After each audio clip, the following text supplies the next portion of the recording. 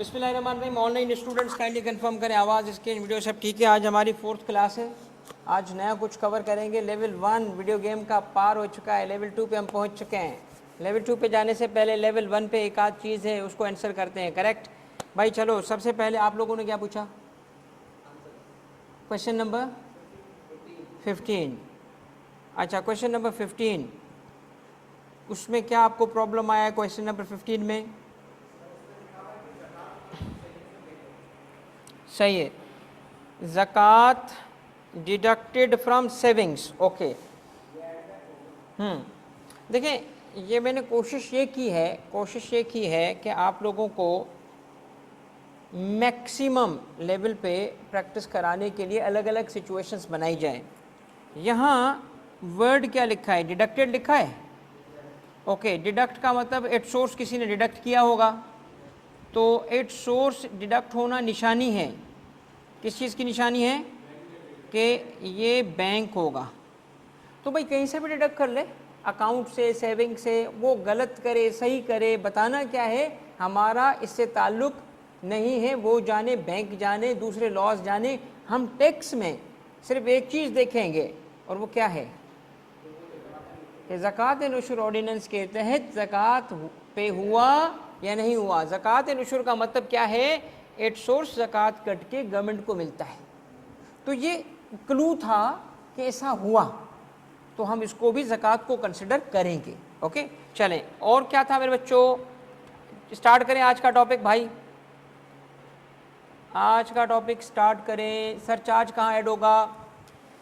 ये की बात थी इस प्रैक्टिस की, जो मैंने आते ही आपसे पूछी कि जहाँ जहाँ पे इनकम 10 मिलियन से ऊपर है, टैक्स लायबिलिटी कैलकुलेट करने के बाद उसका हम 10% निकालेंगे और वो पेएबल में ऐड करेंगे। कहाँ ऐड करेंगे? पेएबल में, क्योंकि वो पे होता है। ओके बच्चों, सरचार्ज अलग से पे होता है, उसको ऐड करेंगे। अब ये ज़ख़म पे कौन जो है वो नमक और पता नहीं क्या क्या, नखील खान कहते हैं पाक इंडिया भाई, मैच के बारे में क्या रिमार्क्स हैं? मैं कहा ये भी क्रिकेट पे लंबी बात करेगा यार। सर जी वो क्या यार, वो बंदा नमक फेर रहा है हमारे ज़ख्मों पे और तू टैक्स की बातें कर रहा है यार। हैं? इंडिया से ज्वाइन किया है? हाँ यार, लग गया, सही रहा है। नकील खान इंडिया में बैठो क्या। चलो बेटा, अभी टैक्स की बात कर लेते हैं, क्योंकि जो अब जो हो गया तो हो गया ना, अब क्या कर सकते हैं। Let's move on. तो टैक्स की बात कर लेते हैं बेटा। आफ्टर टैक्स क्रेडिट लेस करने के बाद, नहीं, हाँ आखिर में ऐड होगा। देखिए एक बात समझे, अभी जिस लेवल पे मैंने आपको प्रैक्टिस करवाई है ना, उसमें मेरा मकसद क्या था? आपको चंद चीज़ें सिखाना। नंबर 1, रेट अप्लाई करना आ गया, लायबिलिटी निकालना आ गया, स्टेप्स आ गए ना। अब थोड़ा और आगे बढ़ते हैं। ये चीज़ें चलती रहेंगी, ये चीज़ें चलती रहेंगी। अभी आपने बहुत कुछ और भी सीखना है। सेट है? आगे बढ़ें। ऑनलाइन बेटा आगे बढ़ें। आप बेटा पहली क्लास है? ओके, जिसकी पहली क्लास है वो ज़रा तवज्जो कर ले बेटा। हमने स्लो रखा कोर्स को, 3 क्लासेस नहीं अब तक, ताकि आप लोगों को नुकसान ना हो। ये आप लोगों की वजह से हुआ है, वरना मैं रोज़ उनको बोलता था यार क्लास तो रखो। कहते सर जल्दी क्या है भाई, सितंबर के बच्चे ऐड हो गए, उस वक्त आप दौड़ा चुके होंगे कोर्स को। तो नहीं दौड़ाया कोर्स। हाँ एग्जैक्टली, अभी आपके एग्ज़ाम चले हैं तो सुन लें, जिनकी पहली क्लास है बेटा, कोई कोर्स को मैंने नहीं दौड़ाया। मैंने 3 क्लासेस ली हैं, बट ज़बरदस्त क्लासेस ली हैं। ऐसा है भाई, मैं 3 क्लासेस में जो पढ़ाया है मेरे बच्चों, आप सबको उन 3 क्लासेस को देख के ही समझ आ जाएगा। थोड़ी प्रैक्टिस भी कराई है, तो थोड़ा सा आप उसको फॉलो कर लीजिएगा, ठीक है बेटा। जो जो फर्स्ट क्लास के बच्चे हैं, जिनकी आज पहली क्लास है या अगली क्लास में ज्वाइन करेंगे, अगली, मुझे पता है ये आजकल ऐसे ही होता है, चूँकि पीआरसी अलग अलग टाइम पे होता है ना, तो हमारे कोर्स में बच्चे ऐड होते रहते हैं, तो उनको टेकल करना भी हमें आता है। कोई को आज ऐड करेगा, कोई 10 दिन बाद भी आएगा, बच्चे आते रहेंगे। अब नंबर जो होगा आपका ऐड होता रहेगा। तो इसीलिए वो बच्चे जो आप हों या आपके दोस्त हों, इस चीज़ का रेस्ट अश्योर्ड कि you will be looked after. आपको हम पीछे जाने नहीं देंगे। ऐसे नहीं होगा कि आपने अच्छा जी बाद में आए तो सानू की, क्योंकि बेस्ट की इस सानू की, वो सानू की वाला टेंशन नहीं है बेटा। आपकी जिम्मेदारी हमें, हम आपको इंशाल्लाह पूरा। तो आज मैं सबसे पहले एक चीज़ लिखूंगा, पिछली बात, सारी बात रिपीट नहीं करूंगा, क्योंकि 3 क्लासेस रिकॉर्डेड हैं, आपको रिकॉर्डिंग वर्जन में देखनी पड़ेगी। 1 को जाएं, 2 को जाएं, 3 को जाएं। आज 4th क्लास है। ओके, तो 1, 2, 3 को आप देखेंगे, ऐसे ही 1 पहले, 2 पहले, 3 पहले, उसमें काम कर रहे हैं हम, सीख रहे हैं चीज़ें। तो आज की 4th क्लास में मैं सिर्फ एक चीज़ सिखाऊंगा, ओनली वन, ताकि आज जो बच्चा है उसको भी सीखने को मिले। कोई ऐसी चीज़ नहीं होगी जो बच्चा ना समझ सके, आपको हर चीज़ समझ आएगी आज की। चलें बेटा आगे बढ़ें, जो पहली 3 क्लासेस अटेंड करके बैठे हैं बेटा आगे बढ़ें, चलें बेटा आगे जाओ। बेटा सबसे पहले तो आप सब ने जो पहले क्लास लेके बैठे हैं वो और जो अभी ज्वाइन कर रहे हैं वो एक बात सुने। हम चूँकि जिसने क्लास अटेंड नहीं की होगी वो क्लास अटेंड कर लेगा, 1 2 3 उसको मैं पूरा रिपीट नहीं करूँगा। 4th क्लास में हम लर्निंग तो करें ना भाई, आगे तो बढ़े ना। तो सबसे पहली बात जो आप सबको पता होनी चाहिए वो ये है कि इनकम टैक्स लगाते हुए 4 प्री कंडीशंस हैं। बाकी चीज़ें मैं रिपीट नहीं करूँगा क्योंकि वो बोरियत हो जाएगी, फिर सेम चीज़, तो 4th लेक्चर अलग नहीं लगेगा, तो कोई चीज़ चेंज नहीं होगी। आपका 4th भी इम्पॉर्टेंट स्टेप आगे लेके जाना चाह रहा हूँ। इनकम टैक्स इम्पोज करते हुए, क्या इनकम टैक्स इम्पोज करते हुए 4 कंडीशंस रखी गई हैं, 4 कंडीशंस। पहली कंडीशन, इनकम टैक्स किस पे इम्पोज किया गया है? पर्सन पे। किस पे? पर्सन पे। आज का टॉपिक ये पर्सन है, आज इस पे सीखेंगे। ये एग्जामिनेबल टॉपिक है, इस पे सवाल बनता है, इसकी भी प्रैक्टिस होगी, इसका भी हैंड आउट दूंगा, 12-15 सवाल इसके भी आप देखेंगे। सेकंड मेरे बच्चों, पर्सन के बाद दूसरा कौन होगा? पर्सन कौन सा? जिसके पास टैक्सेबल इनकम हो। इसको आपने थोड़ा प्रैक्टिस कर लिया ना अभी 3rd क्लास 2nd क्लास में आपने इसकी प्रैक्टिस की होगी, आपने देखा कि टैक्सेबल इनकम क्या है। ओके, बाकी बच्चे टेंशन ना लें जो ज्वाइन कर रहे हैं, क्योंकि आप देखोगे कितने ड्यूरेशन की इनकम? 1 साल की, जिसको टैक्स में क्या कहते हैं? टैक्स। ये हमारा अगला टॉपिक होगा अगली क्लास का, उसमें हम इसकी इन डेप्थ स्टडी करेंगे। और एक चीज़ आप और पढ़ चुके हो, इसीलिए वो भी कवर हो चुकी है, और वो क्या है? Tax rates. टैक्स रेट समझ आ गए ना आपको? कितने रेट्स हैं, कौन से, तो आपको पढ़ चुके हैं, आप भी सीख लोगे बेटा, आप भी पिछले क्लास में आप पढ़ लोगे। क्लियर है भाई? ये बात हुई है आपके लिए रिपीट, प्रैक्टिकल, प्योर प्रैक्टिकल चल रहा है।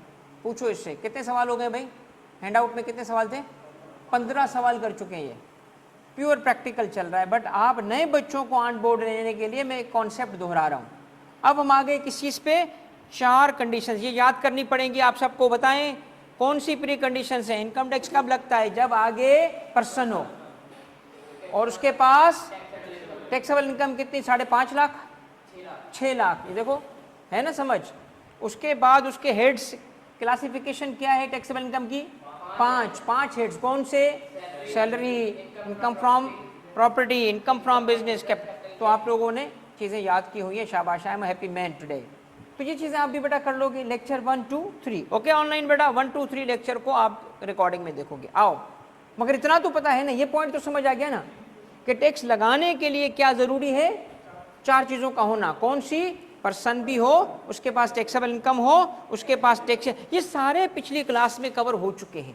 अब मैं लेके जा रहा हूँ आप सबको, अब यहाँ से सब बराबर हो गए, पुराने भी और नए भी, क्योंकि इसके लिए जो अब पढ़ा रहा हूँ वो पहले नहीं पढ़ाया। अब मैं जा रहा हूँ इनकी डिटेल में, पर्सन और उसकी टाइप्स। सबसे पहली बात याद रखिएगा कि इनकम टैक्स में पर्सन, इनकम टैक्स में पर्सन का लफ्ज़ इस्तेमाल हुआ है, सिटीजन नहीं, क्योंकि पर्सन 2 किस्म के हैं, natural person and artificial person या लीगल पर्सन। नेचुरल पर्सन यानी ह्यूमन बीइंग, उसे इनकम टैक्स में कहते हैं इंडिविजुअल, वो भी इनकम टैक्स में पर्सन है। अब इंडिविजुअल का मतलब कोई एग्जांपल दें? सोल प्रोप्राइटर, एम्प्लॉयमेंट, रेंट पे प्रॉपर्टी दी, डिविडेंड कमाया, बैंक से इंटरेस्ट लिया, ये सारी किसकी एग्जांपल्स हैं? इंडिविजुअल की। मगर उसके अलावा एक पर्सन है एओपी। कौन बताएगा एओपी किसे कहते हैं? एसोसिएशन ऑफ पर्सन्स, 2 या ज़्यादा पर्सन्स मिलके ज्वाइंटली इनकम कमाएं, पार्टनरशिप इसकी एग्जांपल है। शाबाश। अब आपने पढ़ा होगा पार्टनरशिप के हवाले से बिजनेस लॉ में, अब पढ़ेंगे कि पार्टनरशिप पर्सन नहीं है, सेपरेट लीगल एंटिटी नहीं है, टैक्स में है, टैक्स पर्पस के लिए वो पर्सन है, लीगल पर्सन है, तो बिजनेस लॉ के लिए अलग, टैक्स के लिए अलग। टैक्स पर्पस के लिए पार्टनरशिप ईओपी कहलाता है और उसको हम अलग से पर्सन काउंट करते हैं। क्लियर सर जी? इसके बाद है नंबर 3 कंपनी। क्या है सर जी? कंपनी। ये तो ऑब्वियसली सेपरेट लीगल एंटिटी भी है और उसमें, मगर टैक्स में मज़े की बात ये है कि जब हम कंपनी की डिटेल में जाते हैं तो इवन कुछ नॉन कॉरपोरेट एंटिटी भी कंपनी की डेफिनेशन में शामिल की गई हैं, मगर वो आज का सब्जेक्ट नहीं है, वो बात किसी वक्त देखेंगे कि कंपनी में क्या क्या आता है। अभी के लिए सिर्फ कंपनी को कंपनी ही समझें। कितने पर्सन हो गए?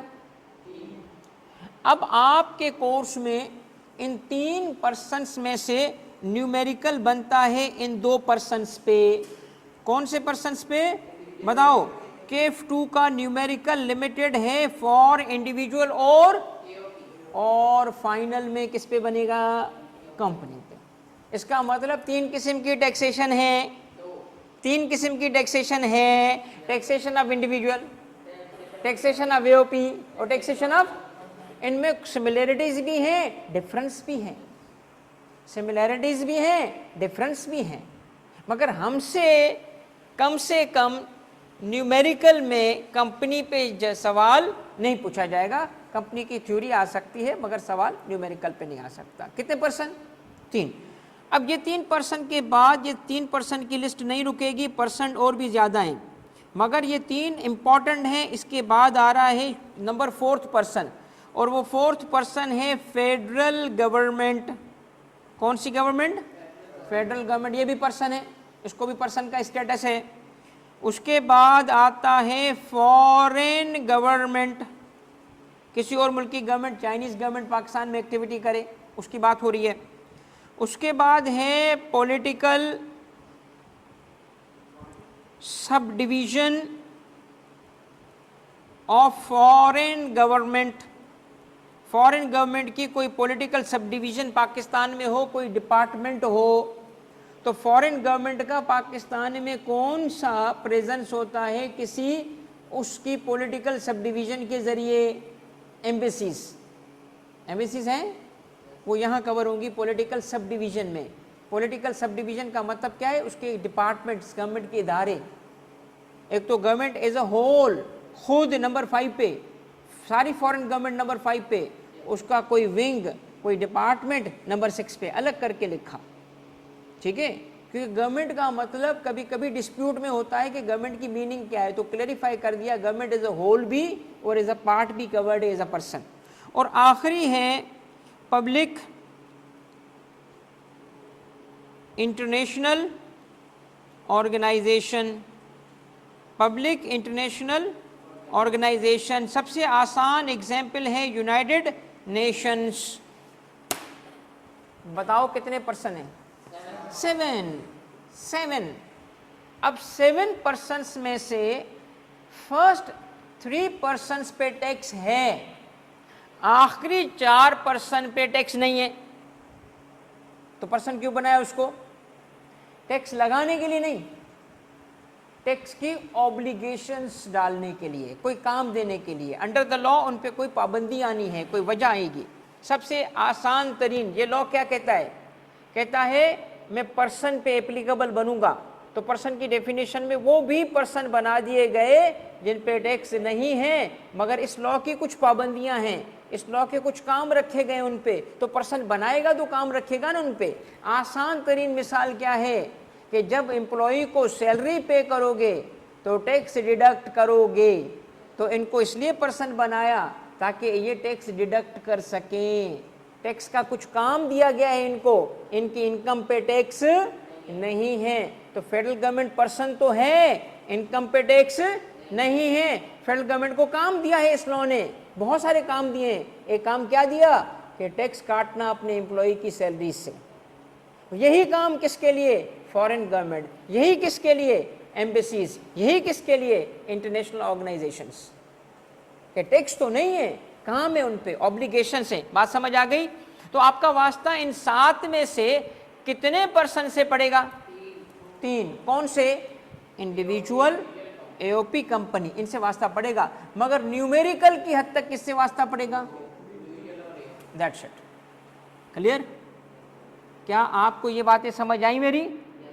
पर्सन की बात, पहले तो सिर्फ पर्सन पढ़ रहे थे ना, चार्जिंग सेक्शन 4 टैक्स इंपोज किया है, टैक्स इंपोज करते वक्त कहा है इनकम टैक्स इंपोज किया जा रहा है, किस पे? पर्सन पे। कौन सा? जिसके पास टैक्सेबल इनकम हो। क्या? कितना ड्यूरेशन? ईयर। रेट लगाएंगे तो लायबिलिटी निकलेगी। ये बातें पढ़ी थी ना, सुनी थी ना, ये बातें याद हैं?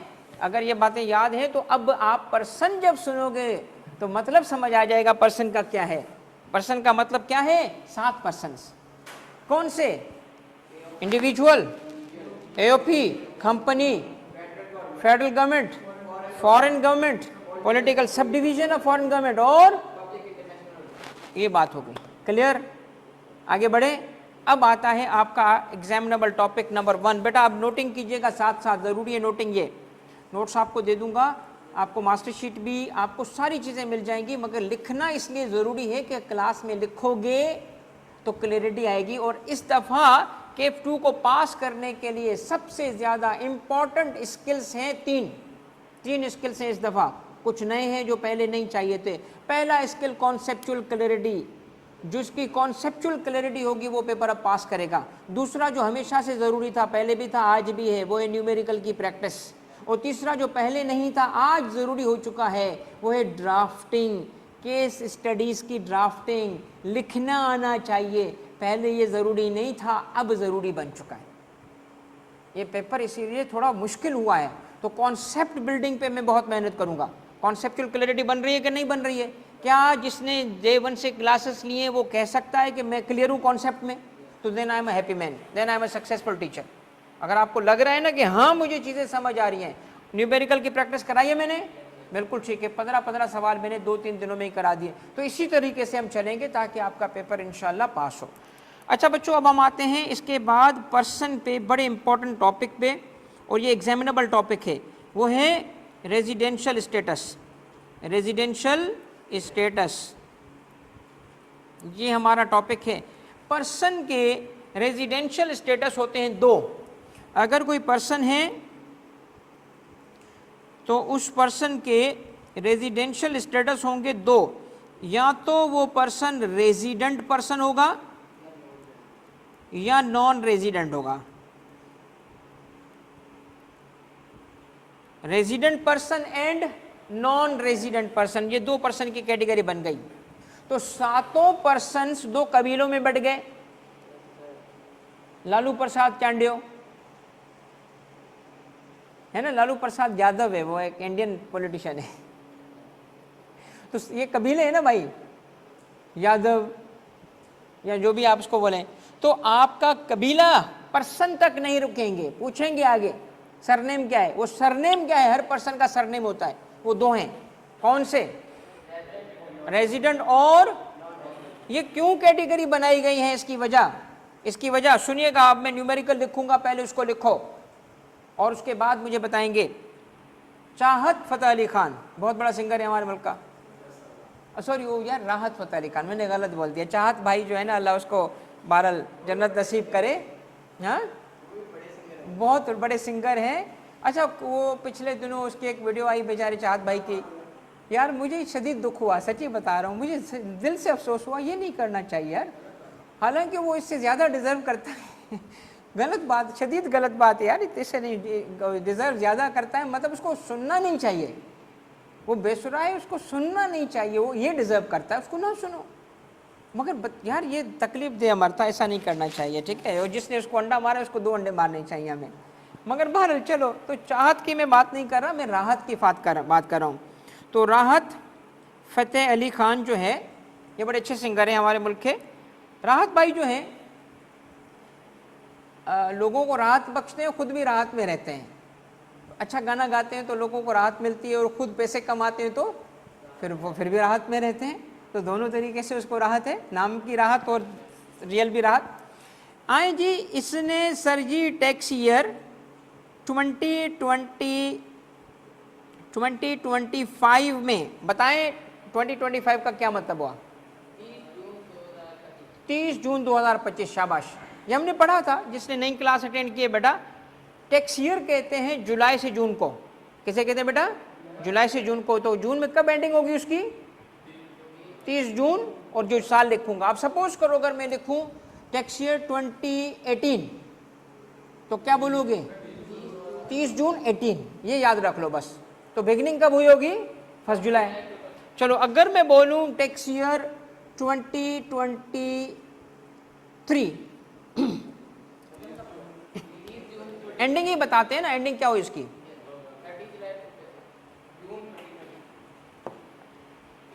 टैक्स ईयर कब एंड होता है? इसको कहते हैं नॉर्मल टैक्स ईयर। बाकी डिटेल बाद में आएगी, अभी के लिए सुन लो नॉर्मल टैक्स ईयर। ओके, तो फॉर टैक्स ईयर 2025 राहत फतेह अली खान पाकिस्तान में गाने गाता है और वहां से वो कमाता है 10 करोड़ रुपए। 10 करोड़ नहीं, कम है, बहुत कम है। तो इसकी पाकिस्तान में इसकी इनकम है। भाई सिर्फ पाकिस्तान में गाता है? नहीं, बाहर भी, यूएई में भी जाता है। भाई यूएई से इसने 6 मिलियन कमाए उस साल। इंडिया की फिल्मों के लिए भी तो गाता है, हालांकि नहीं करना चाहिए उसके काम, क्योंकि इंडिया हमें पसंद हम नहीं करते, वो कौन होता है। और तुम लोगों को पहले दिन में बता चुका हूँ, अगर इंडिया को कोई गाली वाली दे दूँ ना तो मुझे शरई माजूर समझा जाए। आपको पता है शरई माजूर क्या होता है? शरई माजूर होता है मतलब इस पे हुक्म नहीं चलेगा, मतलब ये मजबूर है। तो भाई मैं बोल दूँ तो शरई माजूर हूँ। इंडिया से झगड़ा है। इंडिया से क्या झगड़ा है? इंडिया के लोगों से नहीं, मोदी से झगड़ा है मेरा, बस मोदी से। चलो भाई, इंडिया से राहत भाई ने 24 मिलियन कमा लिए। राहत भाई और कमा के आया, और कमा के आया, यहाँ से तो और पैसे लेके आया। अब आपसे मेरा सवाल ये है कि राहत फतेह अली खान की पाकिस्तान में, चूंकि सिटीजन है ना, पाकिस्तानी है, पाकिस्तान में इसकी कैलकुलेट करेंगे क्या? Taxable income and tax liability for tax year. कौन सा टैक्स ईयर? क्योंकि टैक्स ईयर की कैलकुलेशन करते हैं ना भाई हम। चलो एक तो एग्जाम्पल आपकी ये हो गई, रुको ज़रा एक और एग्जाम्पल बनाते हैं। पाकिस्तान में कोई फॉरेन क्रिकेटर जो हम लोगों को अच्छा लगता हो, नाम लो।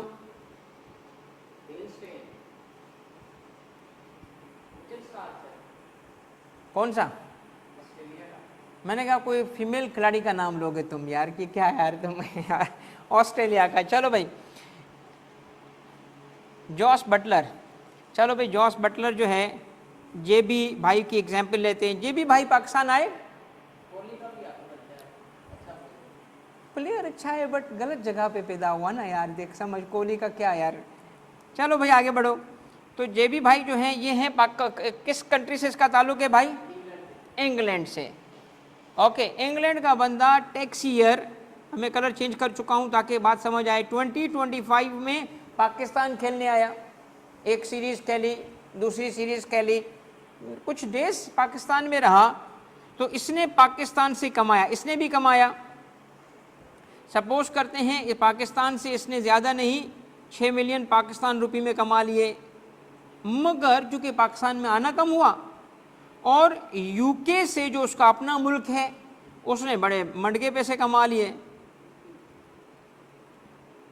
फिर भी कम ही लिख रहा हूँ उनके हिसाब से पाकिस्तान रुपये में, 30 मिलियन। और इसी तरीके से चलें इसको महदूद करते हैं 2 तक ताकि बात समझ आए।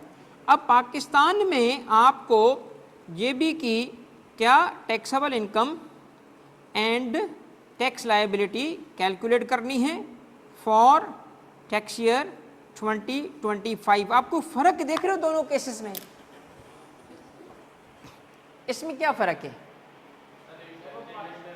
एक पाकिस्तानी सिटीजन है और दूसरा नहीं है, ऐसा है?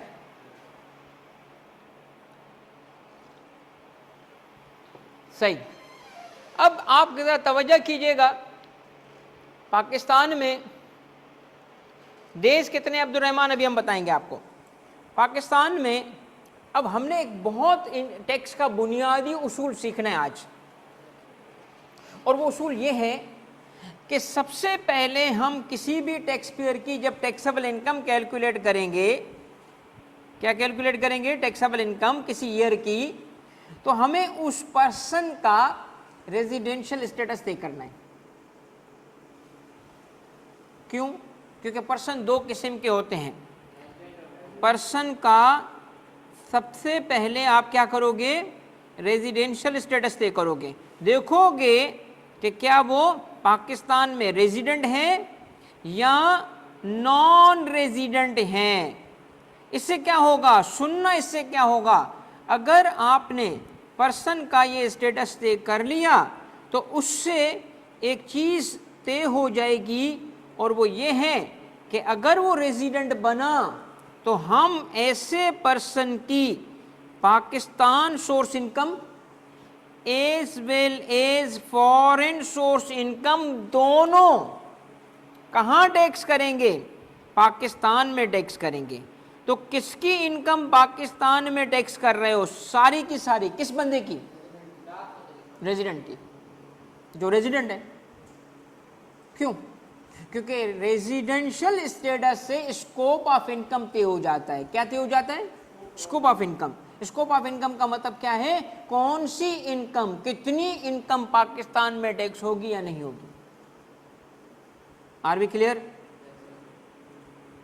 मगर व्हाट इफ के वो बंदा नॉन रेजिडेंट हो, ऐसे केस में सिर्फ पाकिस्तान से कमाई गई इनकम को हम टैक्स करेंगे, पीएसआई को। That's it.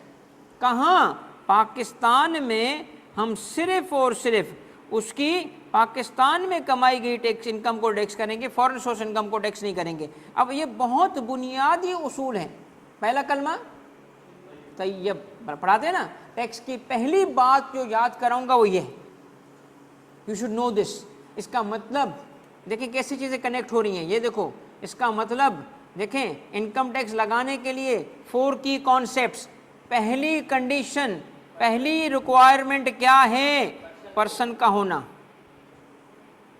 पर्सन कितने? 7। हर पर्सन का क्या? रेजिडेंशियल स्टेटस कितना? कौन सा? 2 रेजिडेंट या।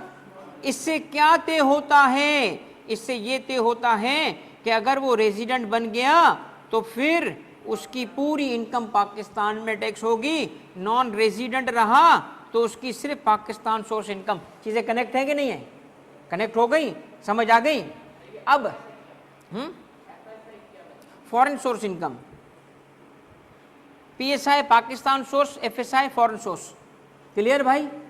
अब अगर आपको ये अब सवाल बनता है, सर ये बताएं रेजिडेंट और नॉन रेजिडेंट बनने के रूल्स क्या हैं, ताकि उन रूल्स की बेसिस पे हम फैसला कर लें कि राहत फ़तेह अली रेजिडेंट है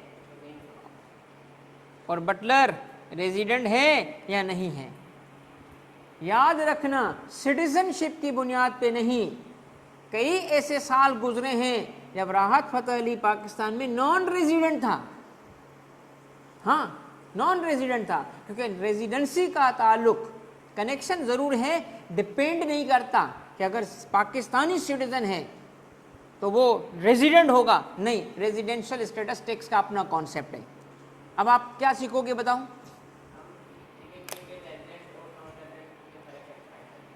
हम सीखेंगे कि रेजिडेंट और नॉन रेजिडेंट किसे कहा जाता है, और इस पे सवाल बनता है, केस स्टडीज़ बनती हैं।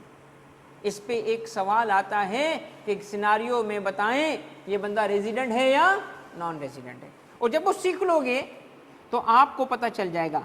अब मैं अगर आपको बोलूं कि राहत फ़तेह अली रेजिडेंट था तो कौन सी इनकम टैक्स करोगे बताओ? तो बताओ ना, कितनी?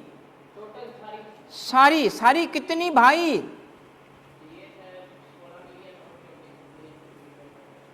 तकरीबन नहीं चाहिए, टैक्स में तकरीबन नहीं होता, एग्जैक्ट बताओ। नो, चेक करो भाई।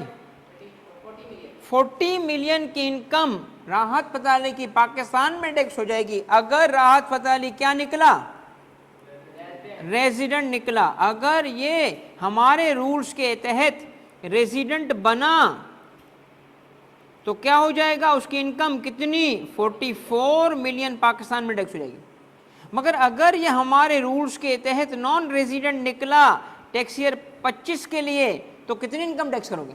10 मिलियन। उस केस में सिर्फ 10 मिलियन। तो बताएं रेजिडेंशियल स्टेटस किस चीज को तय कर रहा है? स्कोप ऑफ इनकम को। तो ये देखना है कि किसकी पाकिस्तान सोर्स इनकम टैक्स होगी या वर्ल्ड इनकम टैक्स होगी। इसके लिए ज़रूरी क्या है, पहले हम क्या मालूम कर लें। अगर यही जेबी रेजिडेंट निकला पाकिस्तान में, और हो सकता है रेजिडेंट, बिल्कुल बन सकता है, रूल पढ़ेंगे आपको पता चलेगा, तो क्या करोगे फिर इस केस में? सर इस केस में पूरा 36 मिलियन पाकिस्तान में टैक्स हो जाएगा। सर वो सिटीजन नहीं है, ना हो, और अगर वो नॉन रेजिडेंट हुआ तो सिर्फ और सिर्फ 6 मिलियन टैक्स होगा। तो क्या आप मुझे ये बात बता सकते हो कि रेजिडेंशियल स्टेटस का इनकम पे, इनकम के स्कोप पे क्या फर्क पड़ता है?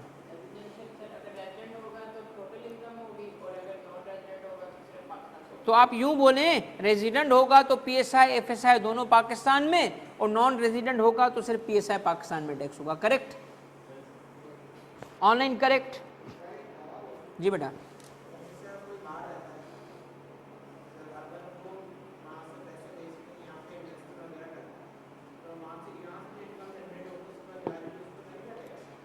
अब बंदा बाहर बैठा है, वहाँ से इन्वेस्टमेंट की, और जो इनकम यहाँ से जनरेट कर रहा है उस पर टैक्स लगेगा।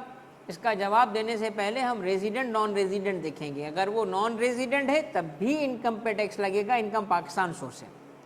रेजिडेंट हुआ तब भी उस पर टैक्स लगेगा क्योंकि वो पाकिस्तान सोर्स है। तो पाकिस्तान सोर्स होने की वजह से उस पर टैक्स हो जाएगा। अच्छा बच्चों, अब आए हमारी कुछ नोटिंग पे। अब आपको मैं क्या सिखाऊं, बताओ क्या सीखना चाहते हो भाई? रेजिडेंशियल स्टेटस के रूल्स। क्या पढ़ेंगे अब? रेजिडेंशियल स्टेटस के रूल्स।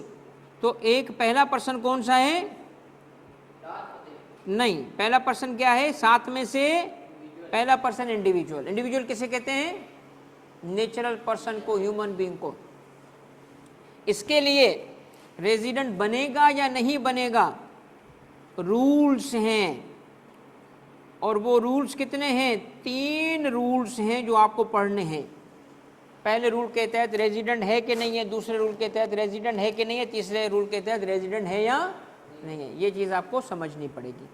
पहला rule, rule number 1। Rule number 1 के तहत क्या इस इंडिविजुअल का पाकिस्तान में प्रेजेंस है या नहीं है, ये चेक करो। यानी प्रेजेंस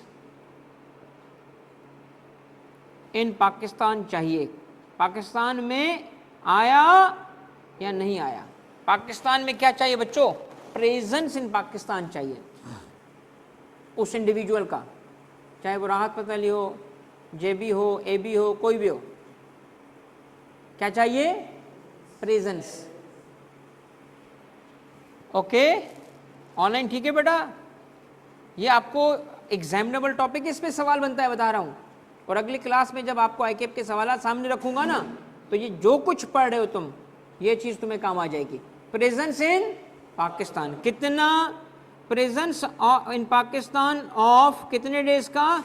ऑफ, सुनना 183 डेज और मोर। 183 days or more in aggregate.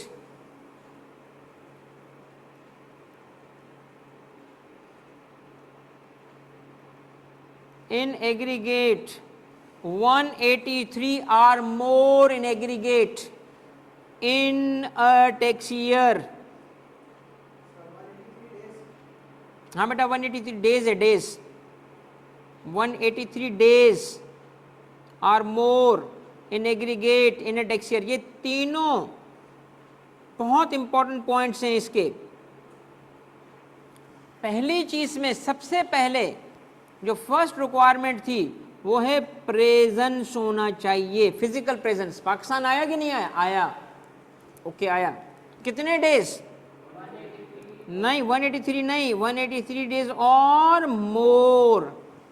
मगर 183 डे कौन से? एग्रीगेट। एग्रीगेट का मतलब पाकिस्तान आया, 2 दिन रहा, फिर चला गया, फिर आया, फिर काउंट करो, काउंट। वन सिंगल स्ट्रेच होना जरूरी नहीं है, आया कंटिन्यूस 183 डेज रहा, इसकी रिक्वायरमेंट नहीं है। मगर 183 डेज के लिए इंपॉर्टेंट बात क्या है? इन अ टैक्स ईयर। इसका मतलब 183 डेज देखो कौन से टैक्स ईयर में है। ओके, अब मैं आपको एक केस स्टडी दे रहा हूं, जरा इसको सवाल को सॉल्व करके दिखाएं। एक मिस्टर पीटर है, मिस्टर पीटर टैक्स ईयर 2024 में, and it's a normal tax year. कौन सा टैक्स ईयर है ये? नॉर्मल बोलूंगा तो 30 जून एंडिंग होगी। नॉर्मल टैक्स ईयर है, 30 June ending. Mister Peter tax year 2024 में जो नॉर्मल टैक्स ईयर है, पाकिस्तान आया। ओके, अराइवल पाकिस्तान में उसका होता है 10th ऑफ फरवरी पे, और 10th ऑफ फरवरी कौन सा? 2024 का। पूरा 2024 दिसंबर यहां रहा।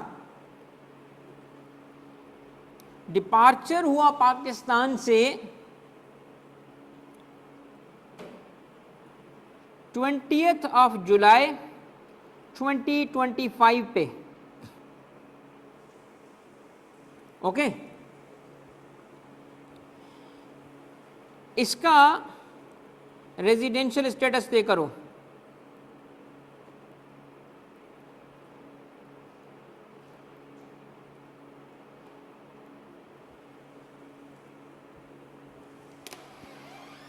इसका रेजिडेंशियल स्टेटस डिटरमिन करें आप। हैं? इतना जल्दी कर लिया क्यों भाई? देख के पता चल रहा है, क्योंकि आपने एक बात चालाकी की पकड़ ली। अच्छा, total number of days Pakistan में कितना है? टोटल डेज फरवरी से लेके 20 जुलाई तक कितने दिन? फरवरी, मार्च, अप्रैल, मई, जून, जुलाई। ओ भाई, जुलाई 25, वही मैं कह रहा हूं ना, ये तो अगले साल चला गया, ये तो 12 महीने रहा। ऐसा है कि नहीं है?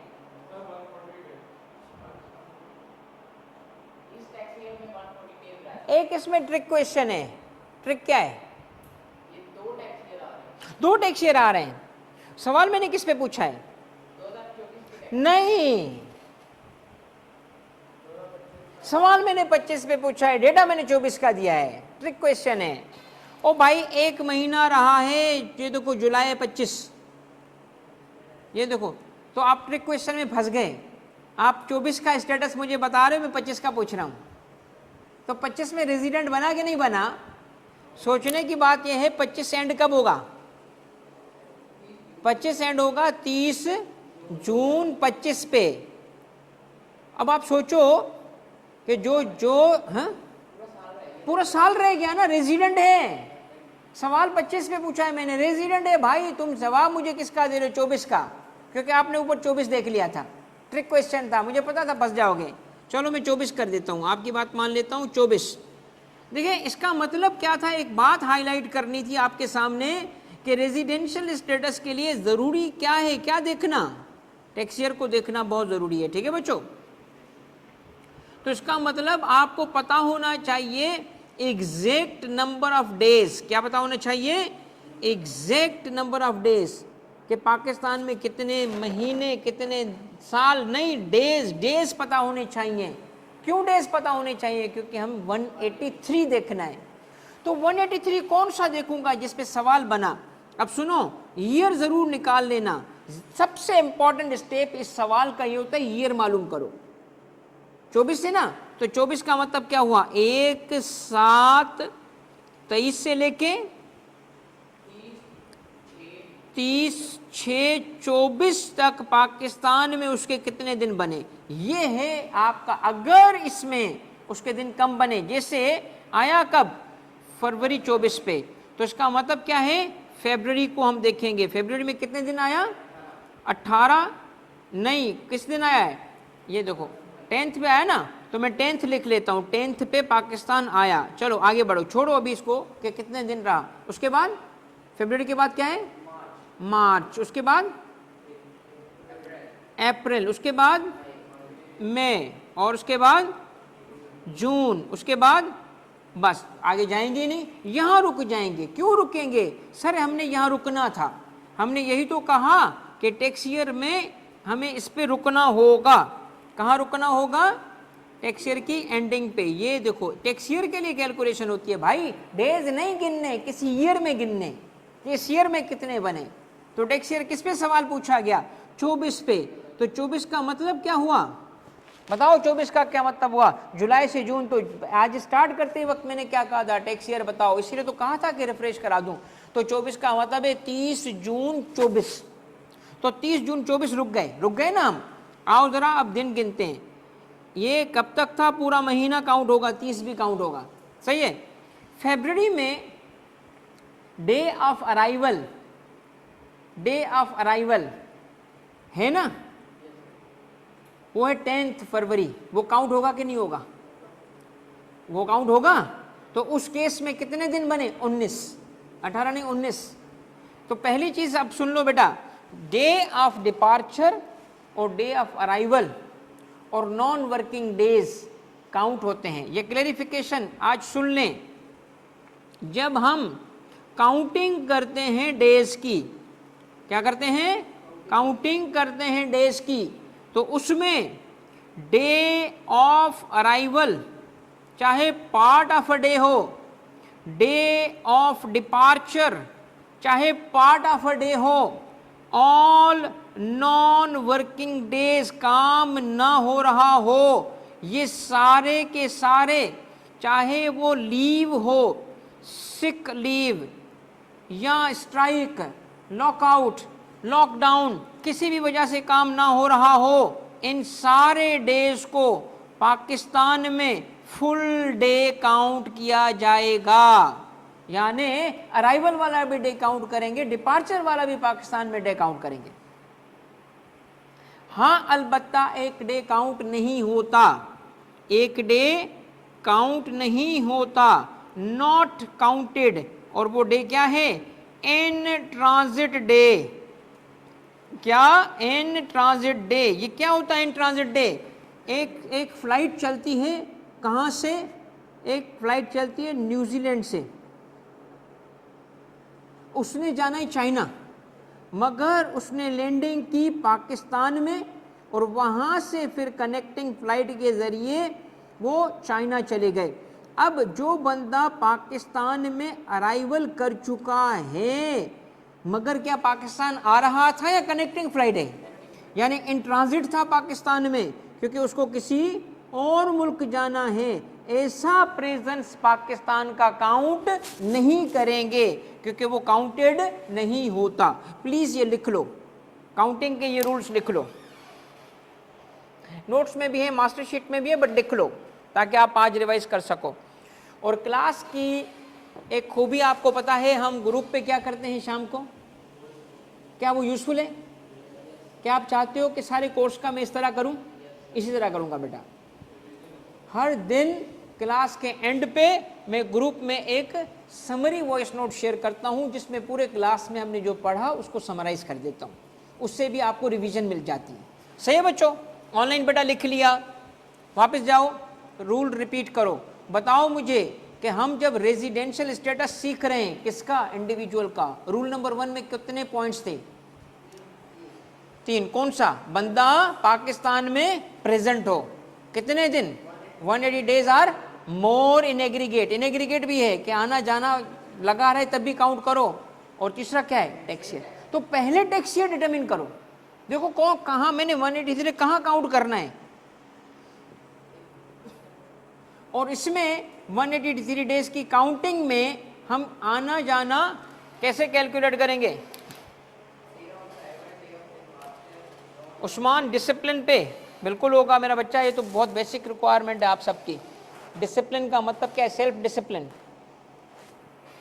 अब मुझे एक बात बताओ, day of arrival full day, day of departure full day, non working day, sick leave, काम ना हो रहा हो, lockout, lockdown, corona, full day count होगा। हाँ, कौन सा डे काउंट नहीं करोगे? ये क्या होता है? इन ट्रांजिट, पाकिस्तान में लैंडिंग हुई बट किसी और मुल्क जा रहा था, कनेक्टिंग फ्लाइट थी, वो पाकिस्तान में काउंट नहीं करेंगे। क्लियर बेटा? अब फरवरी के कितने दिन काउंट करूं बेटा? 19। क्यों? 10th भी काउंट होगा, और 28 डेज होते हैं, तो 9 माइनस किए हमने, कितने रह गए? 19 ही रहे ना। हाँ, मार्च में कितने? ये कैसे पता चलता है? जनवरी, फरवरी, मार्च, ऐसा है ना, ये पता है ना? मार्च कितने? 31, और उसके बाद अप्रैल के 30, मई के 31, और जून के 30। ये डेज हो गए सारे। ओके, देखते हैं कितने बने, ऐड कर लो बेटा।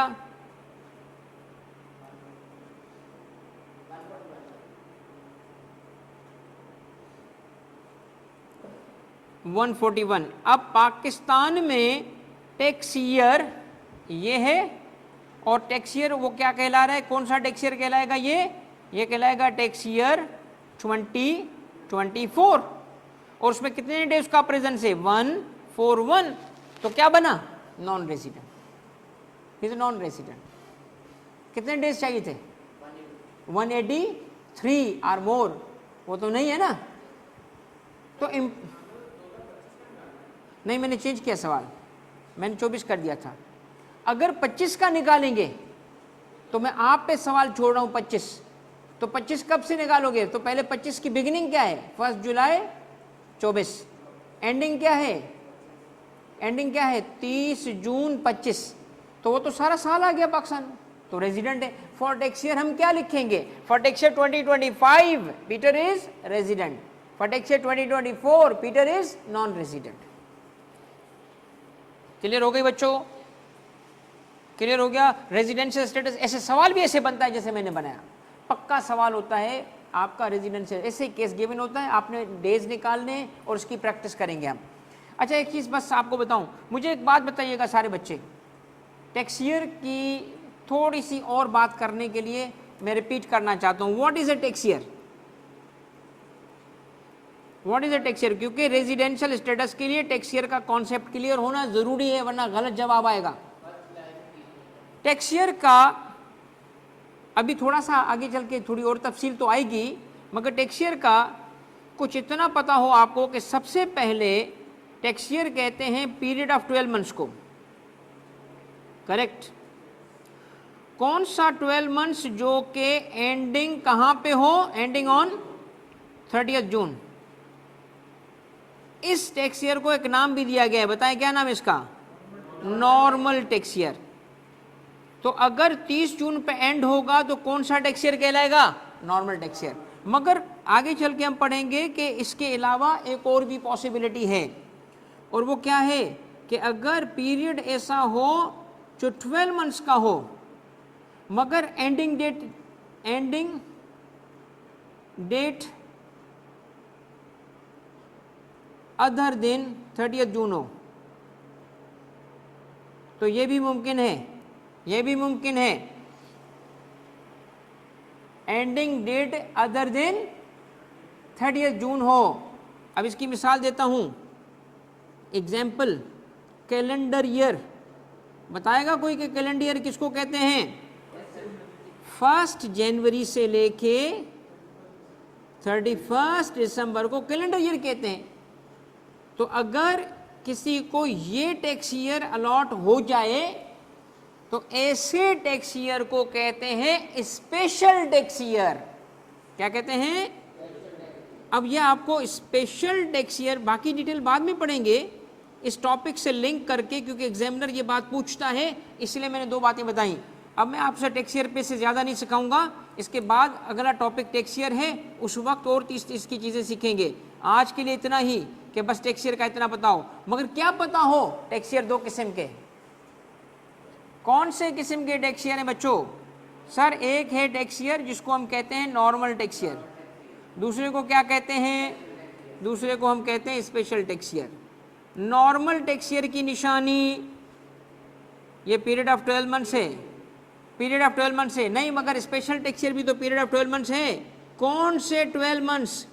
Ending on, no no no, normal tax year पहले बताओ, एंडिंग ऑन 30 जून। तो इसका मतलब क्या है?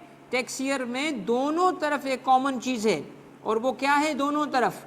वो 12 मंथ्स का होना। इधर भी 12 मंथ्स, इधर भी 12 मंथ्स, ये कॉमन है। फर्क कहाँ आ गया? एंडिंग डेट पे। एंडिंग अगर 30 जून होगी तो क्या कहलाएगा? और एंडिंग जून अगर कोई और होगी तो क्या कहलाएगा? Special tax year. Special tax year की बिगिनिंग कोई एग्जाम्पल? मैं आपसे सवाल पूछता हूं, स्पेशल टैक्स ईयर की पॉसिबिलिटीज कितनी है?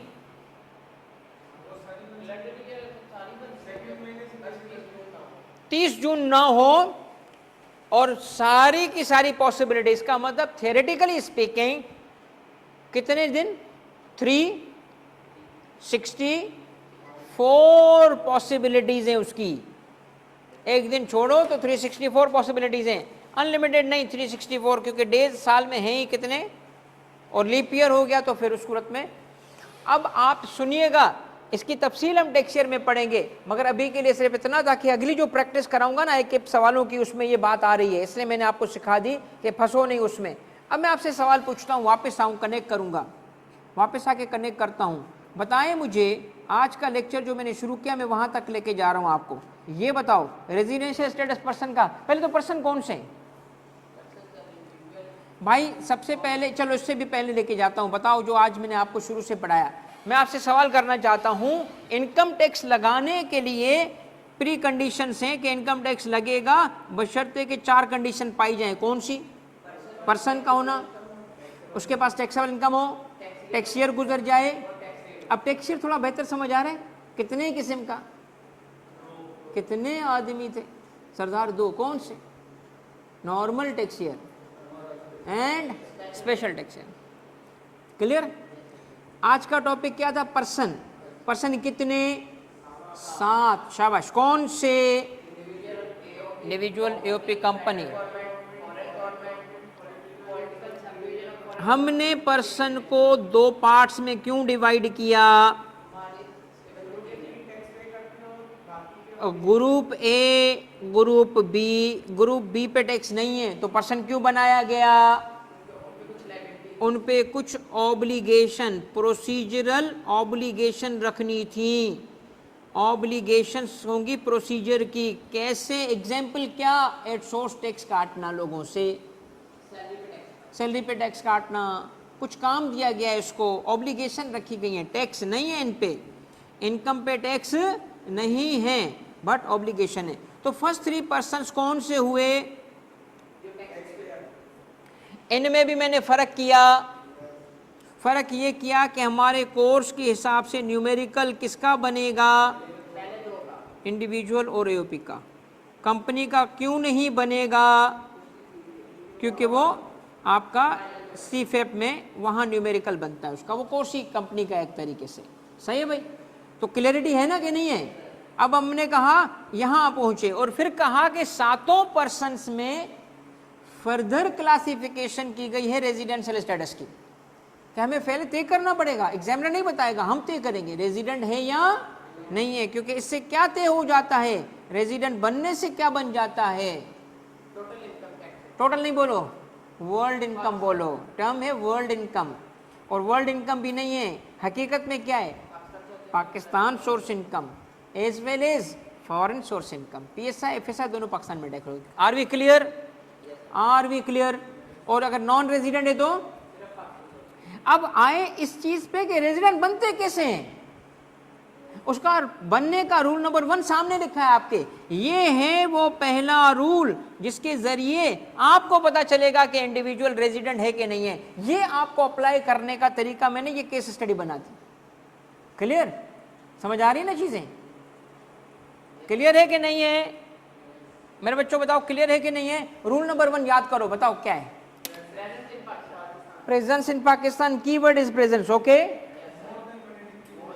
फॉर 183 डेज और मोर, मोर भी नहीं बोलो, इक्वल भी हो सकता है in aggregate, but equal to or more than, दोनों इक्वल भी तो हो सकता है ना, 183 डेज आर मोर, और फिर that is the important thing in a tax year. Tax year तो डे काउंट करने से पहले मैं केस स्टडी का सवाल का टैक्स ईयर निकालूंगा कि नॉर्मल ईयर है या स्पेशल ईयर। अगर एग्जामिनर सवाल में लिखे कि calendar year was taken as tax year, तो कौन सा ईयर हो रहा है, नॉर्मल के स्पेशल? क्यों स्पेशल? वो 30 जून पे एंड नहीं करेगा तो क्या बन गया, स्पेशल। तो फिर आप जनवरी टू दिसंबर के 183 दिन काउंट करोगे, 183 डेज जनवरी दिसंबर के काउंट करोगे, क्लियर ना?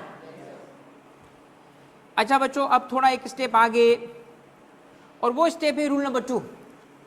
3 रूल थे ना इंडिविजुअल के, आए बेटा रूल नंबर 2। रूल 2 देखिए, रूल 2 का ताल्लुक एक स्पेशल केस से है। अगर वो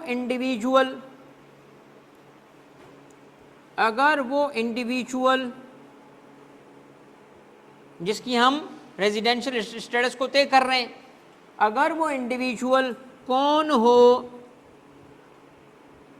गवर्नमेंट एम्प्लॉय हो,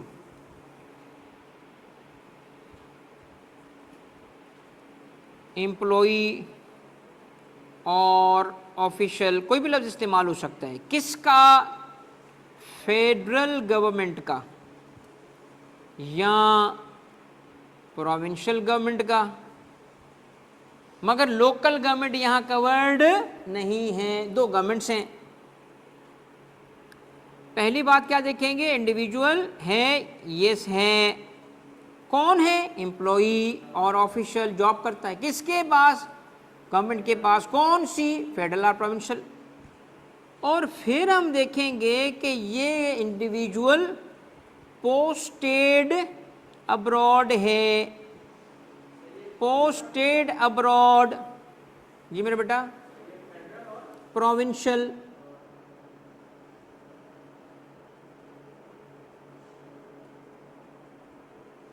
प्रोविंशियल, फेडरल, और ये तो इंडिविजुअल है ना, वी फिर भी ऐड कर दूं। अब मुझे एक बात बताएं, कौन से पाकिस्तान के सरकारी मुलाजिम मुल्क से बाहर पोस्टिंग पे भेजे जाते हैं, एम्बेसडर, शाबाश, गुड। तो पाकिस्तान से बाहर जो एम्बेसडर्स भेजे जाते हैं वो पाकिस्तान आते ही नहीं है, ठीक है।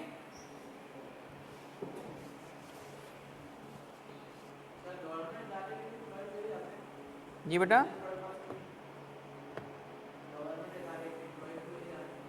भेजे जाते हैं, उनको पोस्टिंग मिलती है ना।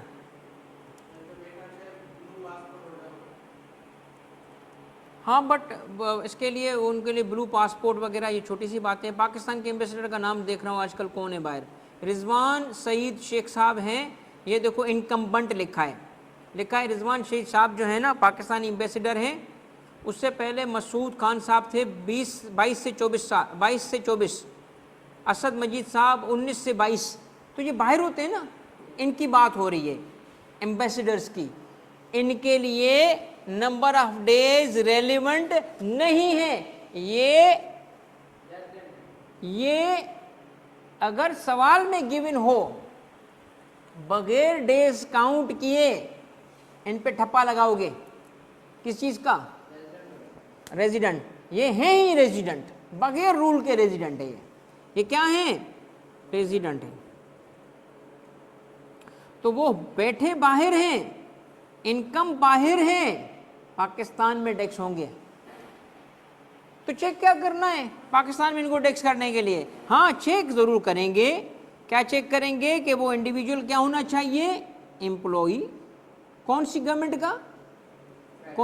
का, फेडरल या प्रोविंशियल, और फिर क्या हो वो पोस्टेड, बस। और डेज काउंट एक दिन भी ना आए किसी टैक्स ईयर में,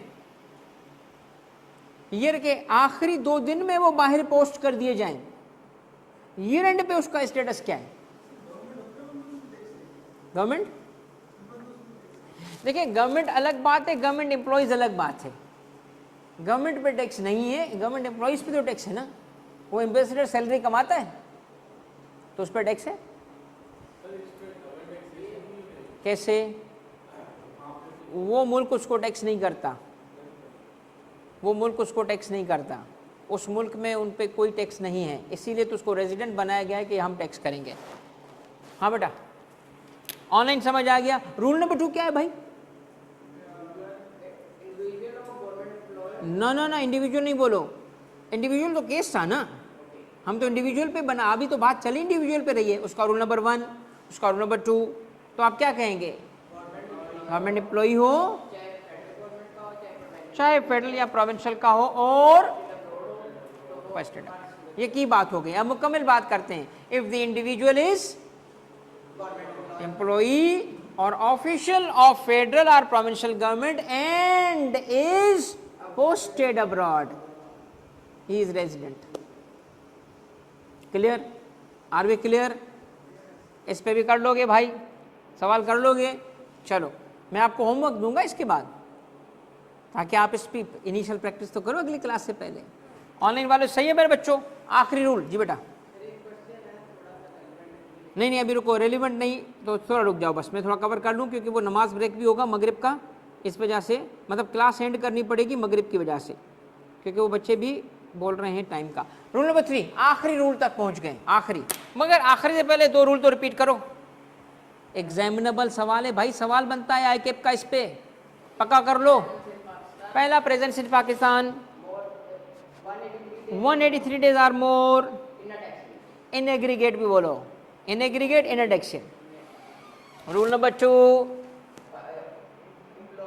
एम्प्लॉई और ऑफिशियल ऑफ फेडरल और प्रोविंशियल गवर्नमेंट पोस्टेड अब्रॉड। शाबाश, बेहतरीन, ये याद कर लो ना, पक्के मार्क्स हैं बेटा, कहीं नहीं जा रहे नंबर, पक्के। मगर एक चीज और भी रिवाइज कराऊं, डेज काउंट करने के लिए कुछ स्पेशल तरीका भी था। कौन कौन सी सिचुएशन में फुल डे काउंट होगा?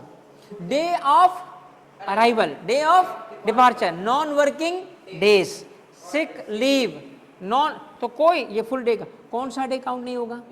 इन ट्रांजिट डे काउंट नहीं होगा। दिस इज द स्टफ जो आपको समझना है कॉन्सेप्चुअल क्लैरिटी के साथ, और फिर याद रखना है, ताकि आप सिचुएशन को आंसर कर सको। इसमें सवालात कराते हुए आपको इंशाअल्लाह मैं ड्राफ्टिंग की बुनियाद भी रख दूंगा कि ऐसे लिखते हैं, सही सवाल के जवाब यूं आना चाहिए। सही है बच्चों?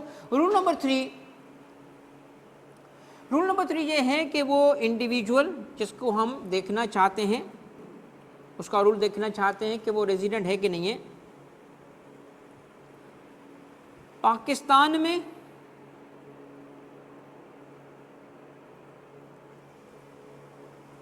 और अदर कंट्रीज में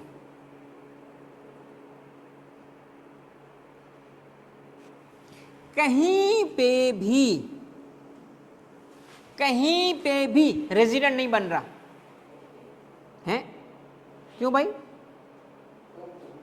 घूमता फिरता रहता है, आज़ाद रूह है, कभी थाईलैंड, कभी सऊदी अरब। आप कहेंगे थाईलैंड से सऊदी अरब उम्रा करने गया,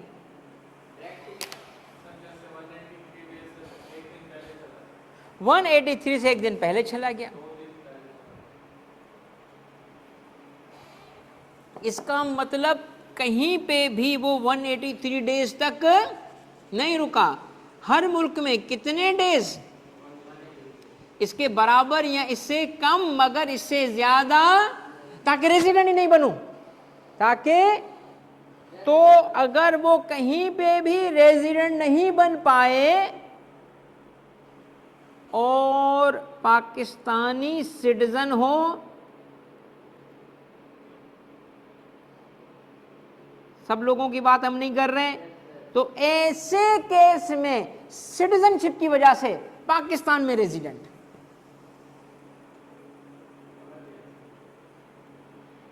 कहीं तो रेजिडेंट बनाओ ना उसको। इंटरनेशनल रूल है, इस पे सब मुल्कों ने हाथ रख के कसम खाई है सब ने कहा हम 183 पे कसम खाते हैं, तो उन्होंने 180, इंटरनेशनल रूल है 183 डेज। इसका मतलब वो कहीं पे भी रेजिडेंट नहीं बन पा रहा और हर जगह कहता है मैं टैक्स के फायदे लूंगा, तो सब मुल्कों ने मिलकर उसको मारा। अच्छा ऐसी बात है, चलो कोई बात नहीं है, तो उस मुल्क में रेजिडेंट जिसका सिटीजन बचेगा फिर भी नहीं। तो रूल क्या है इसमें? रूल ये है कि बंदे का रेजिडेंट बनने का रूल नंबर 3 कितने डेज, 182 डेज या लेस हो। कहां? पाकिस्तान में, दूसरे कंट्रीज में, क्योंकि इस डे काउंटिंग की बेसिस पे वो रेजिडेंट नहीं बन पा रहा, कहीं पे भी रेजिडेंट नहीं है। तो किस बेसिस पे पाकिस्तान में उसको रेजिडेंट बनाया गया? अब उसको पाकिस्तान में रेजिडेंट बनाने के लिए फिर रूल चेंज कर दिया गया। अब डेज और बाकी चीज़ें छोड़ के किस चीज़ पे बेस किया गया? अब भाई चूंकि सिटीजन हो तो पाकिस्तान में डूबा। इसका मतलब क्या है? अगर मैं आपसे कहूं कि एक इंग्लैंड का क्रिकेटर है, पाकिस्तान में सिर्फ 60 डेज के लिए आया,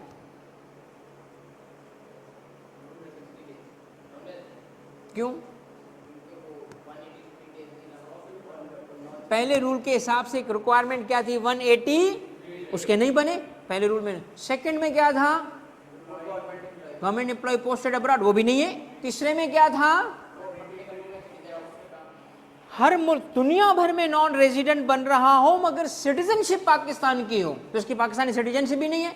अगर दुनिया भर में नॉन रेजिडेंट बन भी रहा होगा तब भी पाकिस्तान में नॉन रेजिडेंट है, अपने मुल्क में रेजिडेंट बनेगा। आई बात समझ?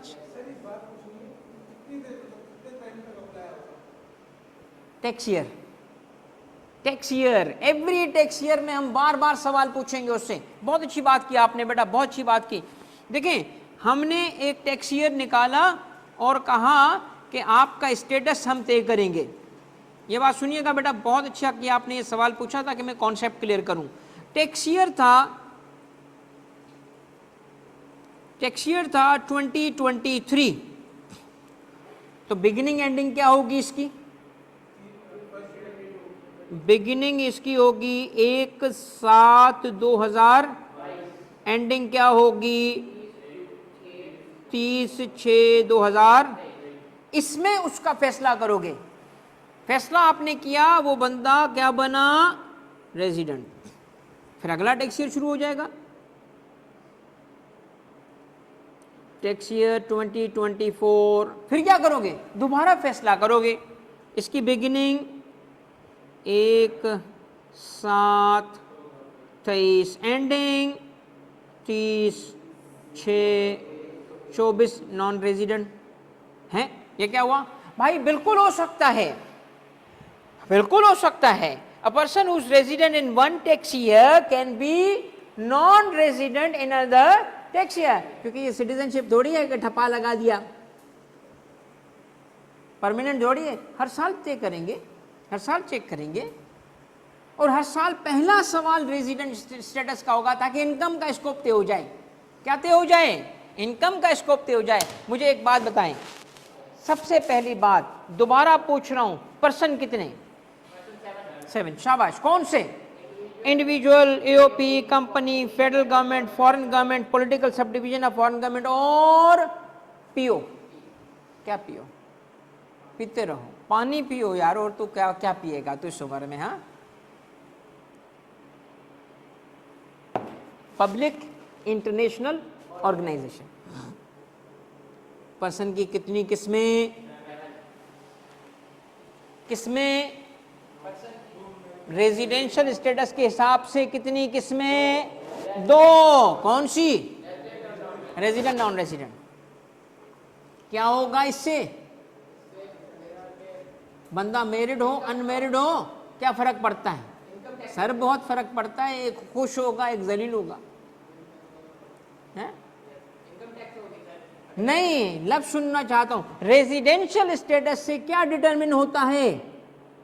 Scope of income. Scope of income, कितनी इनकम कहां टैक्स होगी ये तय हो जाएगा। कैसे? रूल बताओ। अगर रेजिडेंट होगा तो पीएसआई एफएसआई पाकिस्तान में टैक्स करेंगे, वर्ल्ड इनकम पाकिस्तान में टैक्स करेंगे, पाकिस्तान सोर्स भी यहां टैक्स होगी। और अब सपोज करो चाहत फतेह अली खान आए पाकिस्तान एयरपोर्ट, और पाकिस्तान में जब पहुंचे चाहत फतेह अली खान साहब, तो साथ में वो 2 बैग भी पैसों के लाए, जो कमाए हुए थे उसने बाहर। हमने कहा सर कितने पैसे ला रहे हो? 50 करोड़ रुपए। सर हम गिन लें आपके साथ? नहीं नहीं मैं बता रहा हूँ गिन के हूँ। सर ठीक है, ज़रा इस पर टैक्स दीजिएगा।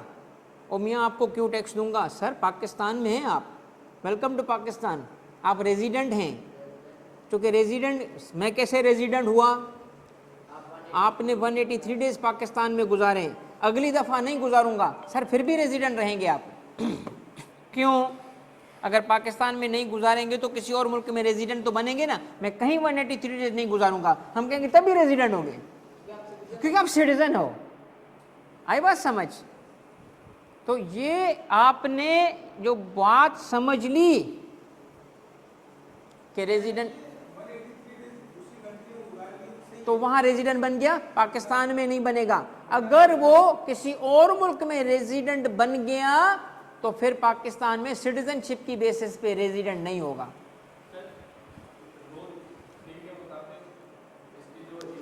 रूल कौन से के मुताबिक? 3 के मुताबिक।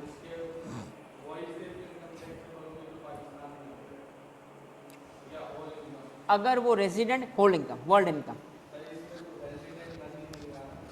बन गया ना रूल 3 के मुताबिक।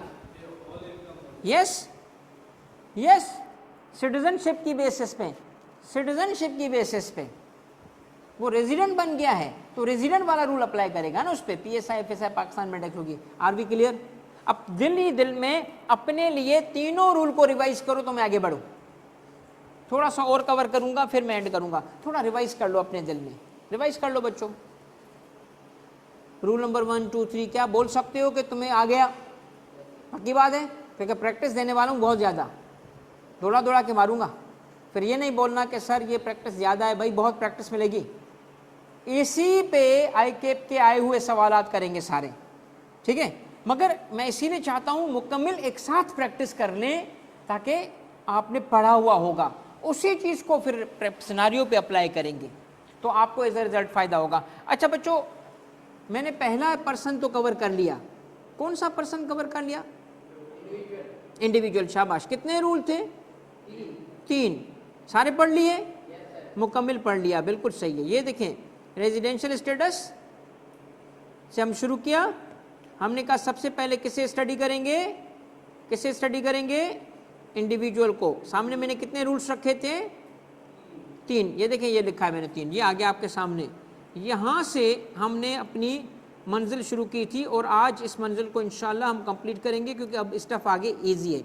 ये इंडिविजुअल था, कितने रूल कवर हो गए? तीनों कवर हो गए, तो हमारा टॉपिक इंडिविजुअल हो गया कंप्लीट। अब कौन सा रहता है?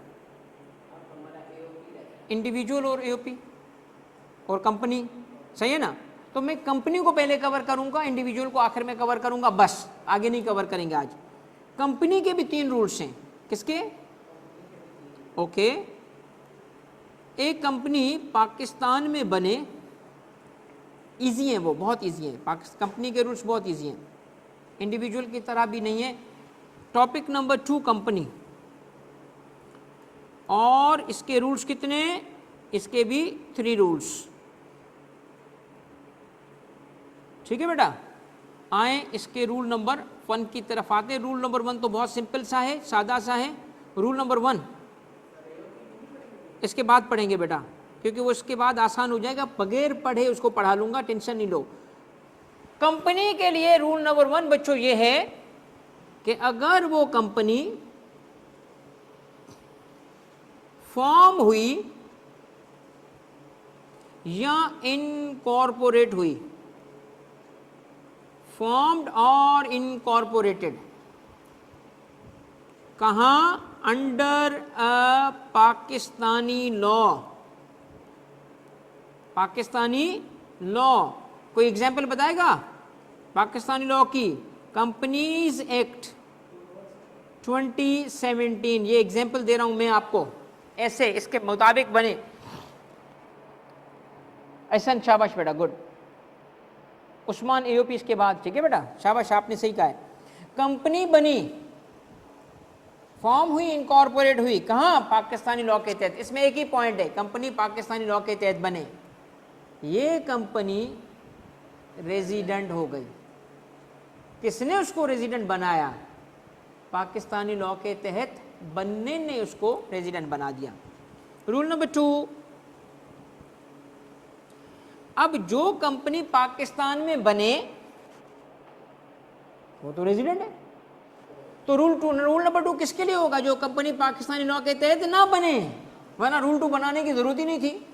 अब लिखा नहीं है, मगर रूल 2 फॉरेन कंपनीज के लिए, इसके अंदर फॉरेन कंपनी लफ्ज आएगा नहीं, मगर है फॉरेन कंपनी के लिए। क्यों भाई? डोमेस्टिक तो सारी रूल 1 में कवर हो गई, तो रूल 2 में थोड़ी वो दोबारा उनको कवर करेंगे। रूल नंबर 2 के मुताबिक अगर कंपनी का, ये टर्म आपको याद करना पड़ेगा, कंट्रोल एंड मैनेजमेंट, क्या मेरे बच्चों? Control and management of affairs of company, बताएं वो लोग क्या कहलाते हैं जो कंपनी को कंट्रोल और मैनेज करते हैं? क्या कहलाते हैं? डायरेक्टर, शाबाश।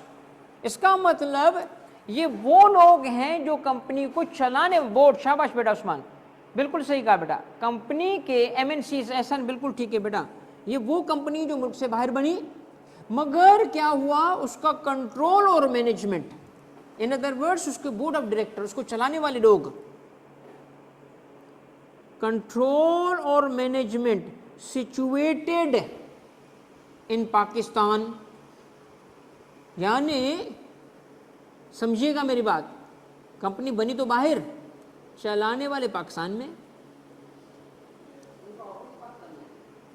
चलाने वाले पाकिस्तान में हैं, यहाँ से चला रहे हैं क्योंकि वो पाकिस्तानी हैं, इधर से बैठ के बाहर कंपनियां बनाते हैं।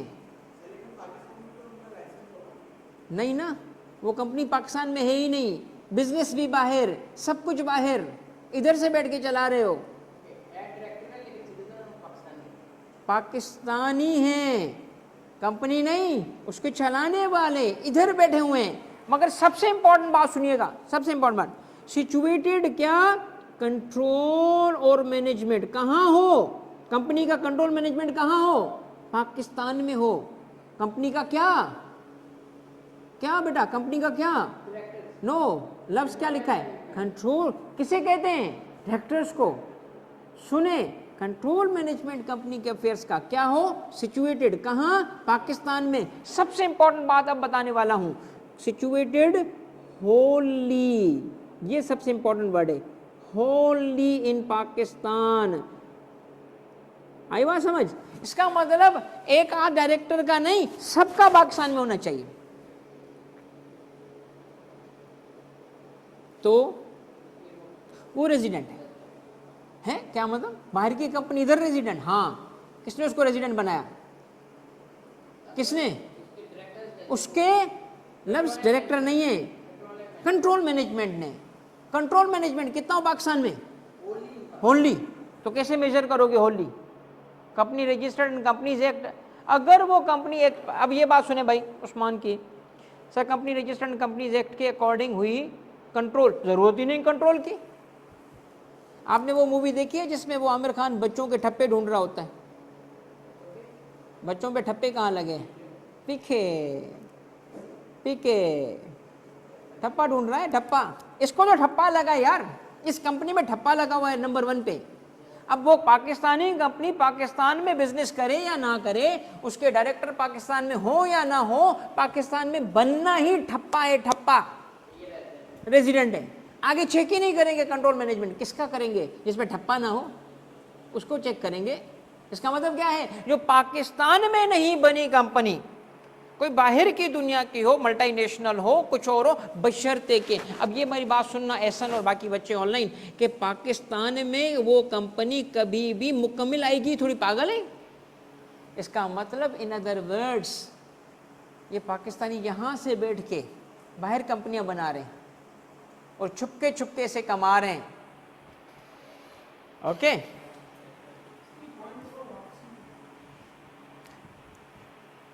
इस पॉइंट पे मैं आपको अब एक किस्सा बताता हूँ, ये आ गया साइड पे, आओ जरा किस्सा सुनो। बेटा अगर आपको कोई चीज़ मेरी क्लास में समझ ना आए, ये हो ही नहीं सकता।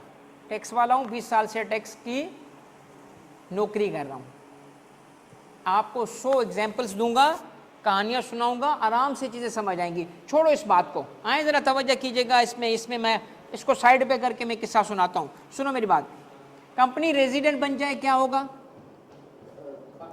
रुको ज़रा ये केस सुनो, मैं आपको एक ये सारे रियल केसेस दे के समझा रहा हूँ। केस नंबर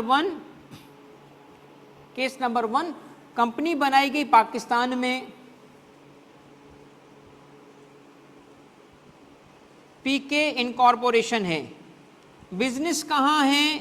2 कंट्रीज में, एक पाकिस्तान में, एक यूके। आप कह रहे हैं यूके, तो मान लेता हूँ यूके, सही है। यूके वैसे अच्छी एग्जाम्पल नहीं है, क्योंकि यूके में भी टैक्स मौजूद है। मैं आपको दुबई, मगर दुबई में भी अब टैक्स आ चुका है, 0 नहीं है वो कॉर्पोरेट टैक्स, वहाँ पे भी खैर अब 9% के करीब आ चुका है। पनामा का पता है? पनामा ऐसा कंट्री जिसमें टैक्स ना हो। तो अगर आप यहाँ सऊदी लिख दो, सऊदी में भी खैर अब टैक्स आता जा रहा है हर जगह पे, तो सऊदी अरेबिया 2 कंट्रीज में वो बिजनेस कर रही है। ओके मेरे बच्चों, कंपनी क्या बन चुकी है? रेजिडेंट। क्यों रेजिडेंट बनी? इसकी वजह से। तो पाकिस्तान में कौन सी इनकम टैक्स हो जाएगी? दोनों। कौन सी दोनों? अब इन्होंने चालाकी की। केस 2 देखो अब बेटा, इन्होंने कहा हम क्या करेंगे, टैक्स बचाएंगे। एक कंपनी खोली पीके इनकॉर्पोरेटेड, और उसका बिजनेस सिर्फ पाकिस्तान तक महदूद रखा, और जो सऊदी वाला था ना, इसके लिए बाहर कंपनी खोल ली, एक और कंपनी बाहर खोली। अब वो कंपनी पाकिस्तान में बनी नहीं, ठीक है, ये कंपनी इन्होंने रजिस्टर कर ली दुबई में, यूए में रजिस्टर कर ली। पाकिस्तान के लिए कंपनी क्या है? बाहर की, फॉरेन। बिजनेस कहाँ कर रही है? फॉरेन। अगर ये नॉन रेजिडेंट कंपनी है, फॉरेन सोर्स इनकम है, गौर करना, टैक्सेबल होगा कि नहीं होगा? फॉरेन इनकम नॉन रेजिडेंट, बताओ टैक्सेबल है कि नहीं है? सोचो। कंपनी अगर नॉन रेजिडेंट हो और फॉरेन सोर्स इनकम हो, टैक्स लगेगा कि नहीं लगेगा? उस अभी छोड़ दो, अभी इग्नोर करो कंट्रोल मैनेजमेंट को। फॉरेन सोर्स इनकम हो और नॉन रेजिडेंट हो, टैक्स नहीं लगेगा ना, क्योंकि रेजिडेंट पे टैक्स लगता है, फॉरेन सोर्स पे तो पाकिस्तान सोर्स पे इनकम पे टैक्स लगता है, तो इनकम ही बाहर की है। तो अब मुझे बताओ कि अगर ऐसी कोई प्लानिंग करे तो उसको कैसे पाकिस्तान में तोड़ा? पाकिस्तान ने कहा रुको, बाहर की कंपनी है ना, होती रहे, मैं देखूंगा चलाने वाले किधर हैं, तुम तो इधर बैठे हो।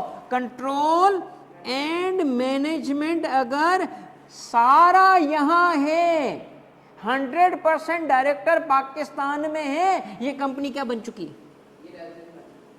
आ गई समझ बात पे आपको? ऑनलाइन क्लियर है बेटा? अब आपको पता है कुछ अरसा पहले पनामा और ये आए थे केसेस सामने, पाकिस्तानियों की कंपनियां जो बाहर हों, ऑफशोर कंपनीज, केस सुना था आपने?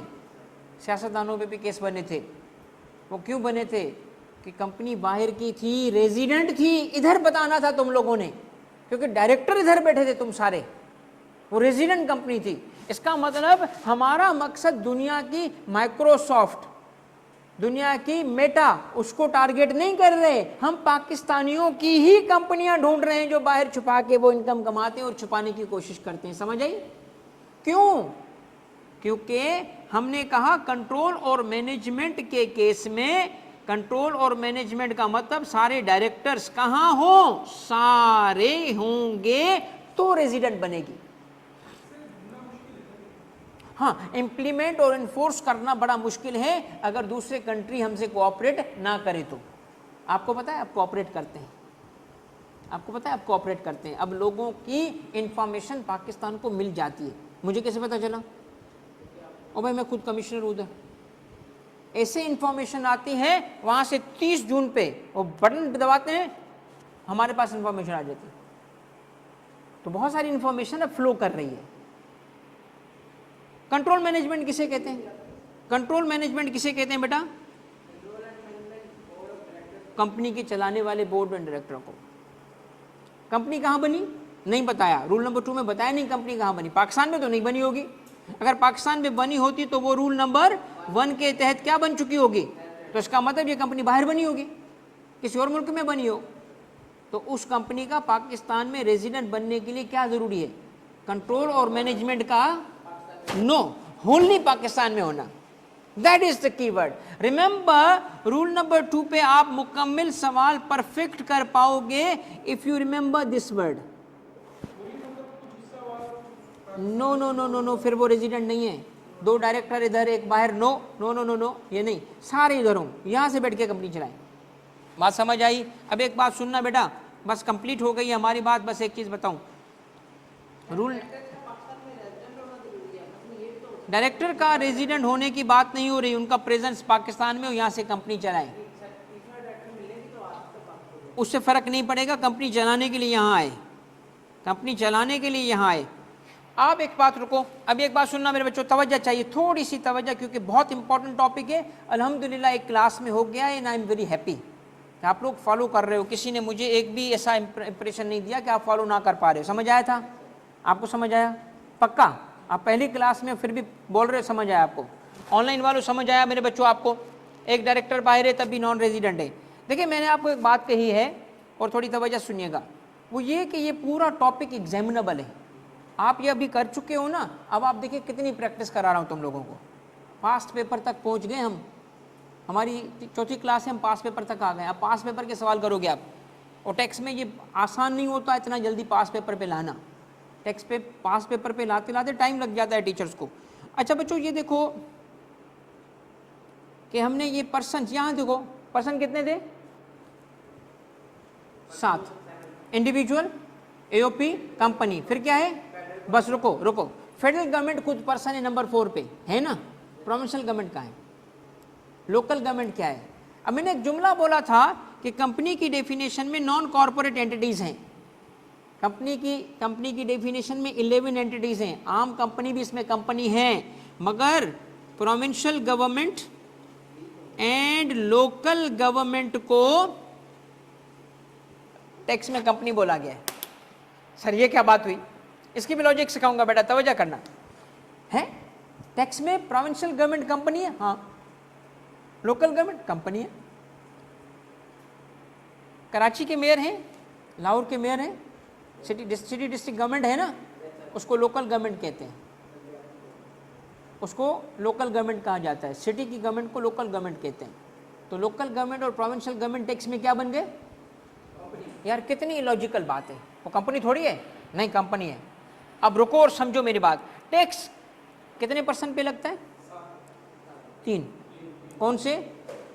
Individual, AOP, company. सुनना, टैक्स के कितने मेथड से? 3। इंडिविजुअल का मेथड, एओपी का मेथड, कंपनी का मेथड। अब लॉ कहता है प्रोविंशियल गवर्नमेंट पे टैक्स नहीं है, लोकल गवर्नमेंट पे टैक्स नहीं है। जब तक अपने एरिया में काम करे, अपने एरिया से निकल के काम करेगा, टैक्स लगेगा। पंजाब गवर्नमेंट कराची में प्रोजेक्ट करेगी, टैक्स हो जाएगा। सिंध गवर्नमेंट क्वेटा में प्रोजेक्ट करेगी, टैक्स हो जाएगा। अपनी एरिया में रह के काम करोगे, आप पे टैक्स। इसका मतलब फेडरल गवर्नमेंट पे तो कभी भी टैक्स नहीं है, प्रोविंशियल गवर्नमेंट पे टैक्स लग सकता है। लग सकता है कि नहीं लग सकता? तो किस मेथड से लगेगा? इसीलिए उसको कंपनी बनाया, इसीलिए उसको कंपनी बनाया कि कंपनी मेथड से टैक्स लगेगा, हायर रेट्स लगेंगे। इंडिविजुअल के मेथड से टैक्स नहीं करना चाह रहे, एओपी के मेथड से टैक्स नहीं करना चाहते, किस मेथड से टैक्स करना चाहते? दैट इज वाई कि गवर्नमेंट को क्या बनाया? कंपनी, ताकि किस मेथड से टैक्स करे? कंपनी मेथड से टैक्स करे। आई बात समझ? लॉजिकल है कि नहीं है? है ना? तो अगर ये बात समझ आ गई तो तीसरा रूल कंपनी का ये है, बल्कि टॉपिक ही आपका कंप्लीट हो चुका है, क्या कि कंपनी अगर कौन सी होगी, प्रोविंशियल गवर्नमेंट या लोकल गवर्नमेंट, तो ये ऑलवेज रेजिडेंट होंगे, इनके लिए कोई रूल ही नहीं है। अब मैं आपको सादा वे में याद कराता हूं तीनों रूल्स। पहले है डोमेस्टिक कंपनी, फिर फॉरेन कंपनी, फिर गवर्नमेंट। पहले है local company, domestic company Pakistan में बनेगी resident, foreign company control management सारा यहां होगा रेजिडेंट, प्रोविंशियल और लोकल गवर्नमेंट रेजिडेंट। तीनों रूल समझ आ गए। तीसरा रूल, अगर वो कंपनी की डेफिनेशन में 11 एंटिटीज आती हैं, अगर उन 11 एंटिटीज में वो प्रोविंशियल गवर्नमेंट है, लोकल गवर्नमेंट है, तो ऐसे केस में कोई रूल नहीं है, वो रेजिडेंट कंपनी कहलाएगी। अब इसका मतलब अगर बलूचिस्तान गवर्नमेंट एक प्रोजेक्ट करे सिंध में और उसकी इनकम पे टैक्स लग जाए, तो बलूचिस्तान गवर्नमेंट रेजिडेंट कंपनी कहलाएगी, कंपनी नहीं रेजिडेंट कंपनी कहलाएगी, क्योंकि वो होती ही रेजिडेंट है, ये नॉन रेजिडेंट नहीं बन सकते। हो गया बेटा? अब एक सेकंड दीजिएगा, टॉपिक कंप्लीट हो चुका है। आप कहेंगे नहीं सर एक टॉपिक रहता है एओपी का, नहीं वो भी हो चुका है, मैं भी आपको साबित करके देता हूँ वो कैसे हो चुका है। मेरे बच्चों, आपने एओपी के लिए अगर देखना है कि एओपी का रेजिडेंशियल स्टेटस क्या है, तो सुन लो, उसका एक ही रूल है, उसका एक ही रूल है, और वो वही रूल है जो कंपनी का रूल नंबर 2 था। कंपनी का रूल नंबर 2 इसका एक ही रूल है, इसके लिए रूल्स नहीं है, इसका एक ही रूल है। और रूल क्या है? ओनली वन रूल, कंट्रोल और मैनेजमेंट। शाबाश। हम एओपी के लिए नहीं देखते, क्या नहीं देखते सर? हम एओपी का नहीं देखते कि एओपी बनी कहाँ, नहीं, एओपी का एक ही रूल क्या है? नंबर वन उस एओपी का क्या? Control and management of affairs of AOP. बताएं कौन करता है कंट्रोल और मैनेजमेंट एओपी को? बोलो। Wrong, partners. यहाँ पे पार्टनर्स और मेंबर्स होते हैं। अब सुने क्या होगा? सिचुएटेड। मगर गौर से सुनना, क्या था सिचुएटेड? ले देखो, होली, मगर चेंज करने लगा हूं, आर पार्टली। ये नई चीज आ गई सर।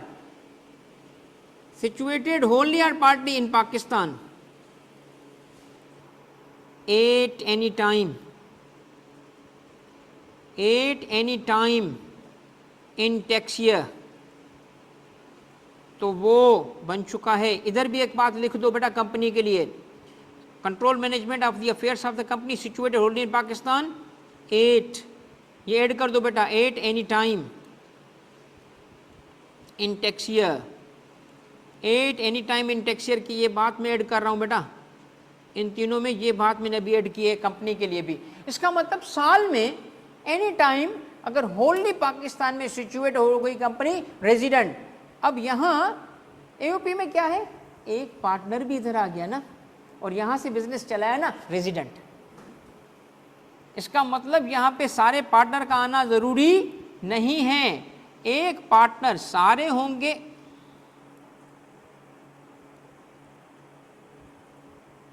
सारे होंगे तब भी ठीक है, और ये बेटा सिचुएट होल्डी सारे होंगे तब भी रेजिडेंट, पार्टली होगा तब भी रेजिडेंट। अब मैं आज का सारा टॉपिक रिवाइज करा देता हूं बेटा अगले 2 मिनट में। आपका एक बहुत बड़ा एग्जामिनेबल टॉपिक एक क्लास में कंप्लीट हुआ है। आपको अब अगली प्रैक्टिस के लिए मटेरियल दिया जाएगा आज रात ही, कल आप उस पर प्रैक्टिस करेंगे, और उसकी प्रैक्टिस मैं भी कराऊंगा। ये नहीं कि आप पे छोड़ूंगा, नहीं, अगली क्लास में मैं आपको पहले प्रैक्टिस कराऊंगा, कुछ सवालात कराऊंगा, और उसके बाद आपको मैं अगले टॉपिक पे ले जाऊंगा। तो आपकी अगली क्लास स्टार्ट होगी प्रैक्टिस से, कुछ सवालात की प्रैक्टिस करेंगे हम, मगर उससे पहले टॉपिक को रिवाइज करते हैं। आज हमने सबसे पहले स्टार्ट किया और कहा कि जी टैक्स लगने की 4 कंडीशंस हैं इनकम टैक्स की। पर्सन का होना, उसके पास टैक्सेबल इनकम का होना, उसके पास टैक्स ईयर का कंप्लीट होना और फिर टैक्स रेट लॉ के लगाए जाएंगे तो टैक्स लायबिलिटी निकल जाएगी। इसमें हमने कहा पर्सन कितने, 7 पर्सन। कौन से? Individual, AOP, company, federal government, foreign government, political sub division of foreign government. और इसमें थोड़ी वजाहत, इंडिविजुअल नेचुरल पर्सन को कहते हैं, एओपी पार्टनरशिप को कहते हैं। कंपनी का बड़ा कॉन्सेप्ट है मगर आम कंपनी भी उसमें आ जाती हैं। उसमें नॉन कॉर्पोरेट एंटिटीज़ भी आते हैं, जैसे प्रोविंशियल गवर्नमेंट भी उसमें शामिल है, लोकल गवर्नमेंट भी उसमें शामिल है। फिर फेडरल गवर्नमेंट आ गई, फॉरेन गवर्नमेंट आ गई, फॉरेन गवर्नमेंट की पॉलिटिकल सब डिवीज़न आ गई।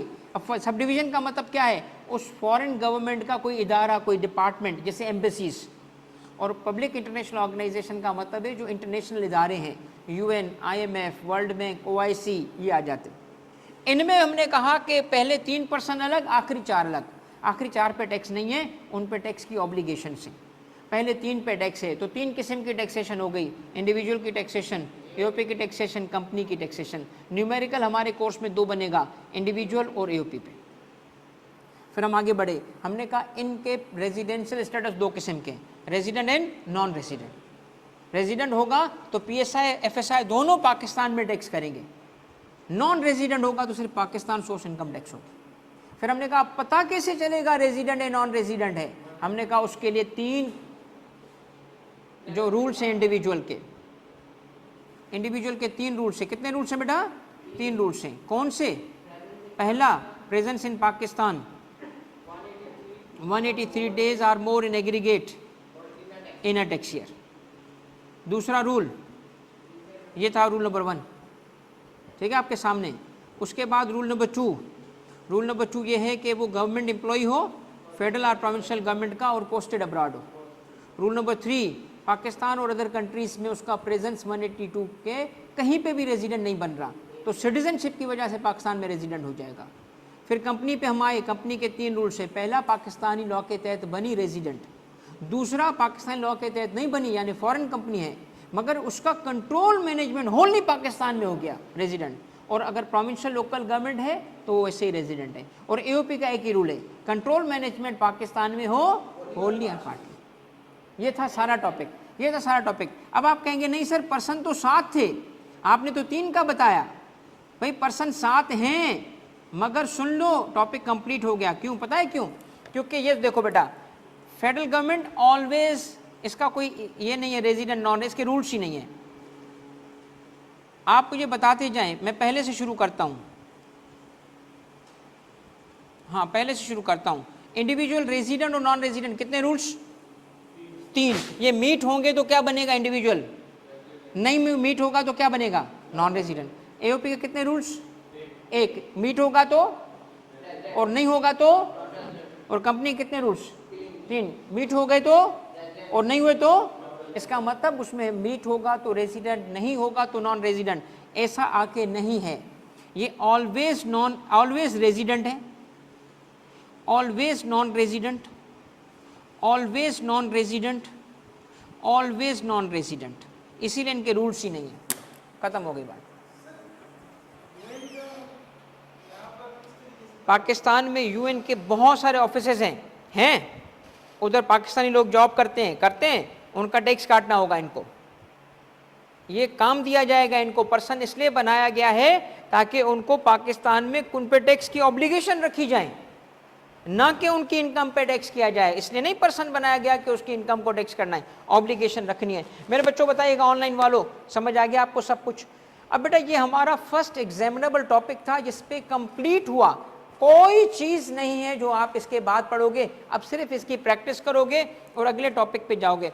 फरवरी के 28-29 दिन, बिल्कुल 28 भी काउंट होंगे, 29 भी होंगे। अगर आपको पता है लीप ईयर है तो 29 काउंट करेंगे, और अगर आपको पता नहीं है तो फिर 28 काउंट करेंगे, ठीक है?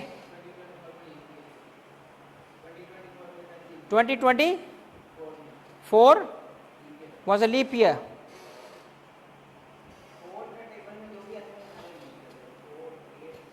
4, 8, 12, 16 ये लीप ईयर होते हैं। बेटा अब हम क्या करेंगे? प्रैक्टिस। अब मैं आपको पता है काम तो दे रहा हूँ, but I am not expecting कि तुम उसको मुकम्मल करोगे, ये मैं एक्सपेक्ट नहीं कर रहा। कम से कम इतना ज़रूर करना कि आप लोग उस असाइनमेंट को जो मैं आपको रात शेयर करूँगा उसको पढ़ ज़रूर लेना, और अगर कोई अटेम्प्ट करेगा तो उसके लिए अभी से एडवांस में शाबाशी, क्योंकि मैं आपको शेयर करूंगा आज तक आए हुए सारे सवालात ICAP के जो रेजिडेंशियल स्टेटस में बने, सारे सवालात 15-16 सवाल हैं जो ICAP ने इस पे पूछे अब तक। एक्चुअल ICAP क्वेश्चंस हैं, मेरे सवाल नहीं हैं, एक्चुअल ICAP क्वेश्चंस दूंगा, और ये सवाल आप सुनिएगा आपसे जो पूछे जाएंगे। अब्दुल रहमान बेटा बिल्कुल दे दूंगा सर। रूल नंबर 3 कंपनी का दोबारा बताएं। कंपनी की डेफिनेशन में प्रोविंशियल गवर्नमेंट भी शामिल है और लोकल गवर्नमेंट भी शामिल है, इस वजह से वो रेजिडेंट होगा। इसका मतलब कंपनी किस किस्म की होगी? लिमिटेड लायबिलिटी कंपनी, तो फिर रूल देखने पड़ेंगे 1 और 2। अगर वो कंपनी है प्राइवेट लिमिटेड कंपनी, रूल देखने पड़ेंगे 1 और 2। मगर अगर वो कंपनी प्रोविंशियल और लोकल गवर्नमेंट है तो कोई रूल नहीं देखा जाएगा, वो रेजिडेंट बन जाएगी by virtue of being a government. Abdul Rahman ठीक है? ओके बच्चों, आर बी क्लियर? कोई सवाल? अब आप ज़रा सवालों को पढ़ लीजिएगा, अटेम्प्ट कर लीजिएगा, अगर चाहते हो, नहीं चाहते कोई बात नहीं। अगली क्लास में मैं आपको खुद सवालात कराऊंगा, प्रैक्टिस करवाऊंगा। अगली क्लास में 2 काम हम करेंगे, एक रेजिडेंशियल स्टेटस के कुछ सवालात की प्रैक्टिस, और 2 टैक्स ईयर को कंप्लीट करना। और जैसे हमने टैक्स ईयर कंप्लीट कर लिया, आपका सिर्फ 4 से 5 क्लास में लेवल 1 पार हो चुका है। ये वो लेवल 1 नहीं है जो वीडियो गेम वाला, वो रियल लेवल। फिर हम आएंगे टैक्सेबल इनकम की कंप्यूटेशन, सैलरी की टैक्सेशन, बिजनेस की टैक्सेशन, फिर हम रियल स्टफ में कूद पड़ेंगे समंदर में। यूँ समझेंगे अभी हम दरिया में हैं, फिर समंदर में कूद पड़ेंगे, और वो फिर आपका होगा एक बड़ी अच्छी अंडरस्टैंडिंग डेवलप करना। ठीक हो गया बच्चों? थैंक यू वेरी मच, जज़ाकल्लाह। बेटा नेक्स्ट क्लास में चेक करता हूँ एडमिन से, क्योंकि एडमिन ने मुझे कहा था कि थोड़ा हाथ हल्का रखें, बच्चे ऐड हो रहे हैं, तो इसीलिए है। कल लगाइए, आ गई है कल तो कल क्लास होगी बेटा, फिर परसों नहीं रखेंगे, ठीक है? थोड़ा सा हाँ बेटा। जो आपने इन ट्रांजिट का बताया कि एक बंदा इन ट्रांजिट में हो तो वो पाकिस्तान में रेजिडेंट नहीं होगा और वो दिन काउंट नहीं होगा, तो वो उसमें इन ट्रांजिट में डिफरेंस ये हुआ ना कि उसकी इमिग्रेशन की स्टैंप नहीं लगेगी। तो एक बंदा सर रात को 11:30 बजे इमिग्रेशन से क्लियर होकर चला जाए, तो वो पाकिस्तान में उसका वो दिन काउंट होगा कि नहीं होगा? इन ट्रांजिट है कि नहीं है, बस ये बताओ। इन ट्रांजिट नहीं है तो नहीं सर, उसकी फ़्लाइट 2 बजे थी, लेकिन इमिग्रेशन से वो 11:30 बजे क्लियर हो गई। Makes no difference. In transit है कि नहीं है? इन ट्रांजिट नहीं है ना, तो काउंट होगा। द होल थिंग इज कि इन ट्रांजिट है कि नहीं है। इन ट्रांजिट का मतलब उसने टेक ऑफ किसी और मुल्क से किया, लैंडिंग पाकिस्तान में हुई, मगर पाकिस्तान डेस्टिनेशन नहीं है, किसी और मुल्क में जाना है, नहीं काउंट होगा, वो डेज काउंट नहीं होंगे।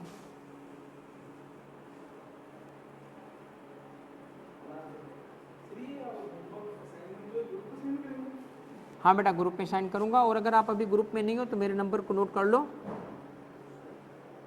और आप मुझे मैसेज करेंगे तो मैं आपको भेज दूँगा। सर मैं अभी मैं रजिस्टर्ड नहीं हूँ।